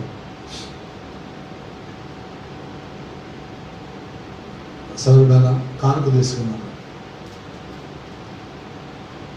ఆయన వద్దు బ్రదర్ నాకు వద్దు. లేదు తీసుకోండి. లేదు నాకు వద్దు, పిల్లోడికి ఖర్చు పెట్టండి. ఆయన అంటున్నాడు, లేదండి నేను కూడా ఒక పాస్టర్ గారినే, మా అబ్బాయిని ఇక్కడ జాయిన్ చేసిన దగ్గర నుంచి నేను మీ మీటింగ్లకి అటెండ్ అవుతూ ఉన్నాను, మీ మీటింగ్లు వింటూ ఉన్నాను, నా దర్శనం బాగా మీద ఇక్కడికి కట్టడానికి వచ్చాను. లేదు అదే బిడ్డ కొరకు వాడినాను. కాదు పాస్టర్ గారు, దర్శనం భాగం నేను సేవకుడికి ఇస్తాను. ప్రవక్త తీసుకోకపోతే అతను కారులో ఇలాగా ఆయన ఒళ్ళో పడేసి వెళ్ళిపోయాడు. ఇంకో సంగతి మీరు చెప్పాలి, ఎందుకని బ్రహ్మం వాళ్ళు ఫోన్ చేసి అదే రోజు పట్టుబట్టి పిలిపించారంటే వాళ్ళ దగ్గర హాస్పిటల్కి ఖర్చు పెట్టాల్సిన డబ్బులు మొత్తం అయిపోయింది. ఆ రోజు బిడ్డను తీసుకెళ్ళిపోదాం అనుకుంటున్నాను. బిడ్డ యొక్క పరిస్థితి తీసుకెళ్తే కష్టం, ఉన్నా కూడా కష్టమే, తీసుకెళ్తే ఇంకా కష్టం.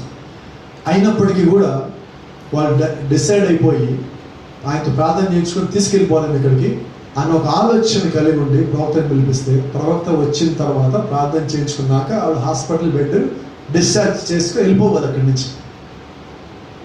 వీళ్ళ దగ్గర ఉన్న చిట్ట చివరి ఏదైతే ఉన్నదో అది బ్రహ్మానికి ఇచ్చిందాం. లోపలికి వెళ్ళి రిసెప్షన్ కౌంటర్లో మాట్లాడుతాం, అయ్యా మరి మా అబ్బాయిని డిశ్చార్జ్ చేసి నీకు మేము డబ్బులు కట్టలేము, మీరు చెప్పాను కదా ప్రార్థన చేయించుకొని డిశ్చార్జ్ చేద్దాం అనుకున్నాను, మా బిడ్డను తీసుకెళ్ళిపోతాం. వాళ్ళు నాకు లేదు సార్, మీ బిల్లు మొత్తం కట్టేసారు, మీ అబ్బాయిని ఇక్కడే వచ్చాను, ట్రీట్మెంట్ ఎంతైనా కూడా అంత పేమెంట్ మాకు ముందుగానే అందింది, మీ పిల్లోడిని ఇక్కడే వచ్చాను. ఎలా జరిగింది గమనించండి. వీళ్ళ దగ్గర ఉన్న చిట్ట చివరిది అక్కడ పెట్టున్నారు. అక్కడ ఉన్న సారిపది దూరాలు చిట్ట చివరి భాగం తీసుకొచ్చి అక్కడ పెట్టున్నారు. ఇక్కడ గమనించండి, అక్కడ గమనించండి, ఇక్కడ గమనించండి. వాళ్ళు దేవుడిని విశ్వసించున్నారు. మా కుటుంబంలో మేమున్న స్థితిలో కూడా మేము చేసిన అదే పని. మేము ఇంకా జీవిస్తున్నామంటే ఇది దేవుడి కృపే కాబట్టి ఆయన మమ్మల్ని పోషిస్తారు. ఆయన పరిచయంలో ఉన్నాం కాబట్టి ఆయన మమ్మల్ని పోషిస్తారు. ఎలాగ పోషిస్తాడో మాకు అనవసరం, పోషిస్తారు. అదే చెప్పారు చూడండి, కాకులు వచ్చి భోజనం ఎక్కడ తెచ్చి ఇచ్చినాయా? However imagine that? ఎక్కడైనా ఊహించగలరా మీరు దాన్ని? ఊహించలేరు. మేము అలాగే పోషించబడ్డాం. ఇప్పుడు ఆ పిల్లోడి బిల్లు ఎవరు కట్టారు తెలియదు, కట్టారు బిల్లు, పోషించబడ్డారు. కాబట్టి గమనించండి, దేవుడికి ఇచ్చేది ముందుగా మనం దేవుడి దగ్గర పెట్టడం. ప్రతి ఆయన అంటారు మొట్టమొదటిగా ఆయనకి ఇవ్వాల్సి ఆయనకి ఇచ్చి ఆ తర్వాత నన్ను వెతకండి. అది మీ డ్యూటీ, వెతకటం మీ డ్యూటీ. ఎంత యథార్థంతో నువ్వు దేవుణ్ణి వెతికావా, ఎంత యథార్థం దేవుడితో నువ్వు కనిపెట్టావా అన్నదాన్ని బట్టే సమస్తం నీ జీవితము, నీ యొక్క కుటుంబ జీవితం మొత్తం ఆధారపడి ఉంటుంది. ఆమె స్థితి ఏంటి? ఈ ఒక్క రొట్టె చేస్తే ఆమె జీవితం ఇంకేది లేదు. ఇంట్లో డబ్బు లేదు, బంగారం లేదు, ఆస్తి లేదు, వెనకాల పోషించేవాడు లేడు. ఈ భాస్కర్ రోజు ఉంటాడో రేపు వెళ్ళిపోతాడో లేదు తెలియదు. తర్వాత బిడ్డ పరిస్థితి ఏంటి? చావుకు దగ్గర పడి, చావుకు లోబడి చద్దామని రెడీ అయిపోయి, అయినప్పటికీ కూడా ఈ చివరి సమయంలో వాక్యం తప్పడం దీనికి గమనిస్తున్నారా? అంత ఒత్తిడి వచ్చినా కూడా నిజంగా వాక్యానికి లోబడి ఉండేవాళ్ళు ఎవరైతే ఉన్నారో దేవుడు వాడు వదిలిపెట్టడం. ఇట్స్ నాట్ మై వర్డ్, ఇది నా మాట కాదండి, దేవుడు యొక్క బైబిల్ చెప్తున్న మాట మీరు చెప్తున్నాను. నా సొంత మాట మీకు చెప్పడం లేదు ఏది కూడా. నా యొక్క జీవితంలో దేవుడు జరిగించిన కార్యంలో మేము ఎంత బలపడ్డామో మీకు ఇక్కడ చెప్తాము. అక్కడ సారిపతి విధవరాలు ఒక్క భోజనం పెట్టి కొద్ది నిమిషాలే, మహా అయితే అప్పం చేయడానికి ఒక 5 నిమిషాలు బట్టి ఉంటుంది, బయట పంపిస్తే 1 నిమిషం బట్టి ఉంటుంది. ఆ 6-7 నిమిషాలు ఆమె భరించిన కారణం చేత 3.5 సంవత్సరాలు ఆమె కలగలిగింది. మళ్ళీ మరి ఈ రోజు మన పరిస్థితి ఏంటి? ఆ కొద్ది నిమిషాలు వచ్చిన ఒత్తిడిని కానీ తట్టుకున్నట్లయితే నువ్వు జీవితంలో చాలా కాలం ముందుకు ప్రశాంతంగా పోగలవు. ఆ ఒకవేళ అదే దేవుడి చిత్తం అయితే మనం అలాగే పైకి వెళ్ళిపోతామని. ఆ చివరి సమయంలో కూడా ఇంతకాలం బాగానే ఉన్నాను కదా, ఈ ఒక్క దాంట్లో ఎందుకని తప్పిపోవాలి అనుకుని ఆమె దాన్ని తప్పిపోకుండా నిలబడిన కారణం చేత దేవుడి దృష్టిలో ఆమె యథార్థవంతురాలాగా నిలబడింది. Praise Lord. కాబట్టి ఇంకా ఇక్కడ అటువంటి స్థితిలో ఉన్నవాళ్ళు ఎవరు నాకు ఉంటే మొట్టమొదటి దేవుడే మనకుండాలి. అది కుటుంబమైన, ఆర్థిక పరిస్థితి అయినా, ఆత్మీయ పరిస్థితి అయినా, మానసిక పరిస్థితి అయినా, ఏ రకమైనదైనా కూడా మొట్టమొదటిగా దేవుడి ముందు పెట్టండి, దాని వెనకాల పెట్టి నిలబడి. ప్రాఫిట్ అంటాడు, అనేక సార్లు నేను ఇలాగ చేయడం ద్వారా నేను ఇంకా దీవించబడ్డాను. I was blessed many times because I did this. నేను ఈ కార్యం చేసిన దాన్ని బట్టి అనేక సార్లు దీవించబడి ఉన్నా. మొట్టమొదటిగా దేవుడిని ముందు పెట్టున్నాను, నా వెనకాల నిలబడి ఉన్నాను కాబట్టి నేను దీవించబడ్డాను, బ్లెస్ అయి ఉన్నాను. ఆయన అదే మాట మనల్ని కూడా చేయమంటున్నాడు. ఈరోజు నిజంగా మనం దేవుడి యొక్క బిడ్డలమైనట్లయితే, ఆయన యొక్క కుమారుడు కుమార్తెలు స్థాయినిచ్చి ఆయన యొక్క వధువుగా మనం ప్రమోషన్ పొందుకున్న వారమైతే, మిగిలిన లోకస్తుల కన్నా కూడా మనం పరిపూర్ణంగా వాక్యాన్ని వెంబడించే వారికి ఉండాలి. వాక్యం వినటం వేరు. ఈరోజు చాలా పెద్ద ప్యాషన్ తెలుసా, వాక్యం వినటం ఎక్కువ ప్యాషన్. నేను ఆ వాక్యం వింటున్నా, ఈ పాస్కర్ తింటున్నా, ఆ పాస్కర్ తింటున్నా, ఏం ఉపయోగం? ఎందుకు వింటున్నావు అంతమందిని? నీకు దేవుడు ఒక కాపరి ఇచ్చినప్పుడు నువ్వు కాపరిని ఇచ్చావు. ఇంకేది? నువ్వు వాక్యం ద్వారా పోషింపబడుతున్నావు, పోషింపలేకపోతే అది వేరే విషయం. పోషించబడుతున్నప్పుడు గమనించండి, ఇప్పుడు అక్కడ ఏం జరుగుతుంది? పరిపూర్ణమైన వాక్యం దగ్గరికి వచ్చినప్పుడు వాక్యానికి నువ్వు లోబడాలి. 5 రకాల పరిచయం నువ్వు ఉండాలి. ఈ 5 రకాల పరిచయం దాటి నువ్వు పోవద్దు. కాబట్టి 5 రకాల పరిచయంలో మనం ఉన్నప్పుడు ఖచ్చితంగా దేవుడు యొక్క కృప కూడా మనతో పాటు ఉంటుంది. మనం నిలబెడుతుంది, బలపరుస్తుంది, చెట్టు మనం తీసుకుని పోతుంది. కాబట్టి ఈరోజు కేవలం వినటానికి మాత్రమే వర్తమానం కాదు, వినటానికి మాత్రమే కావాలని డినామినేషన్ చాలా ఉన్నాయి.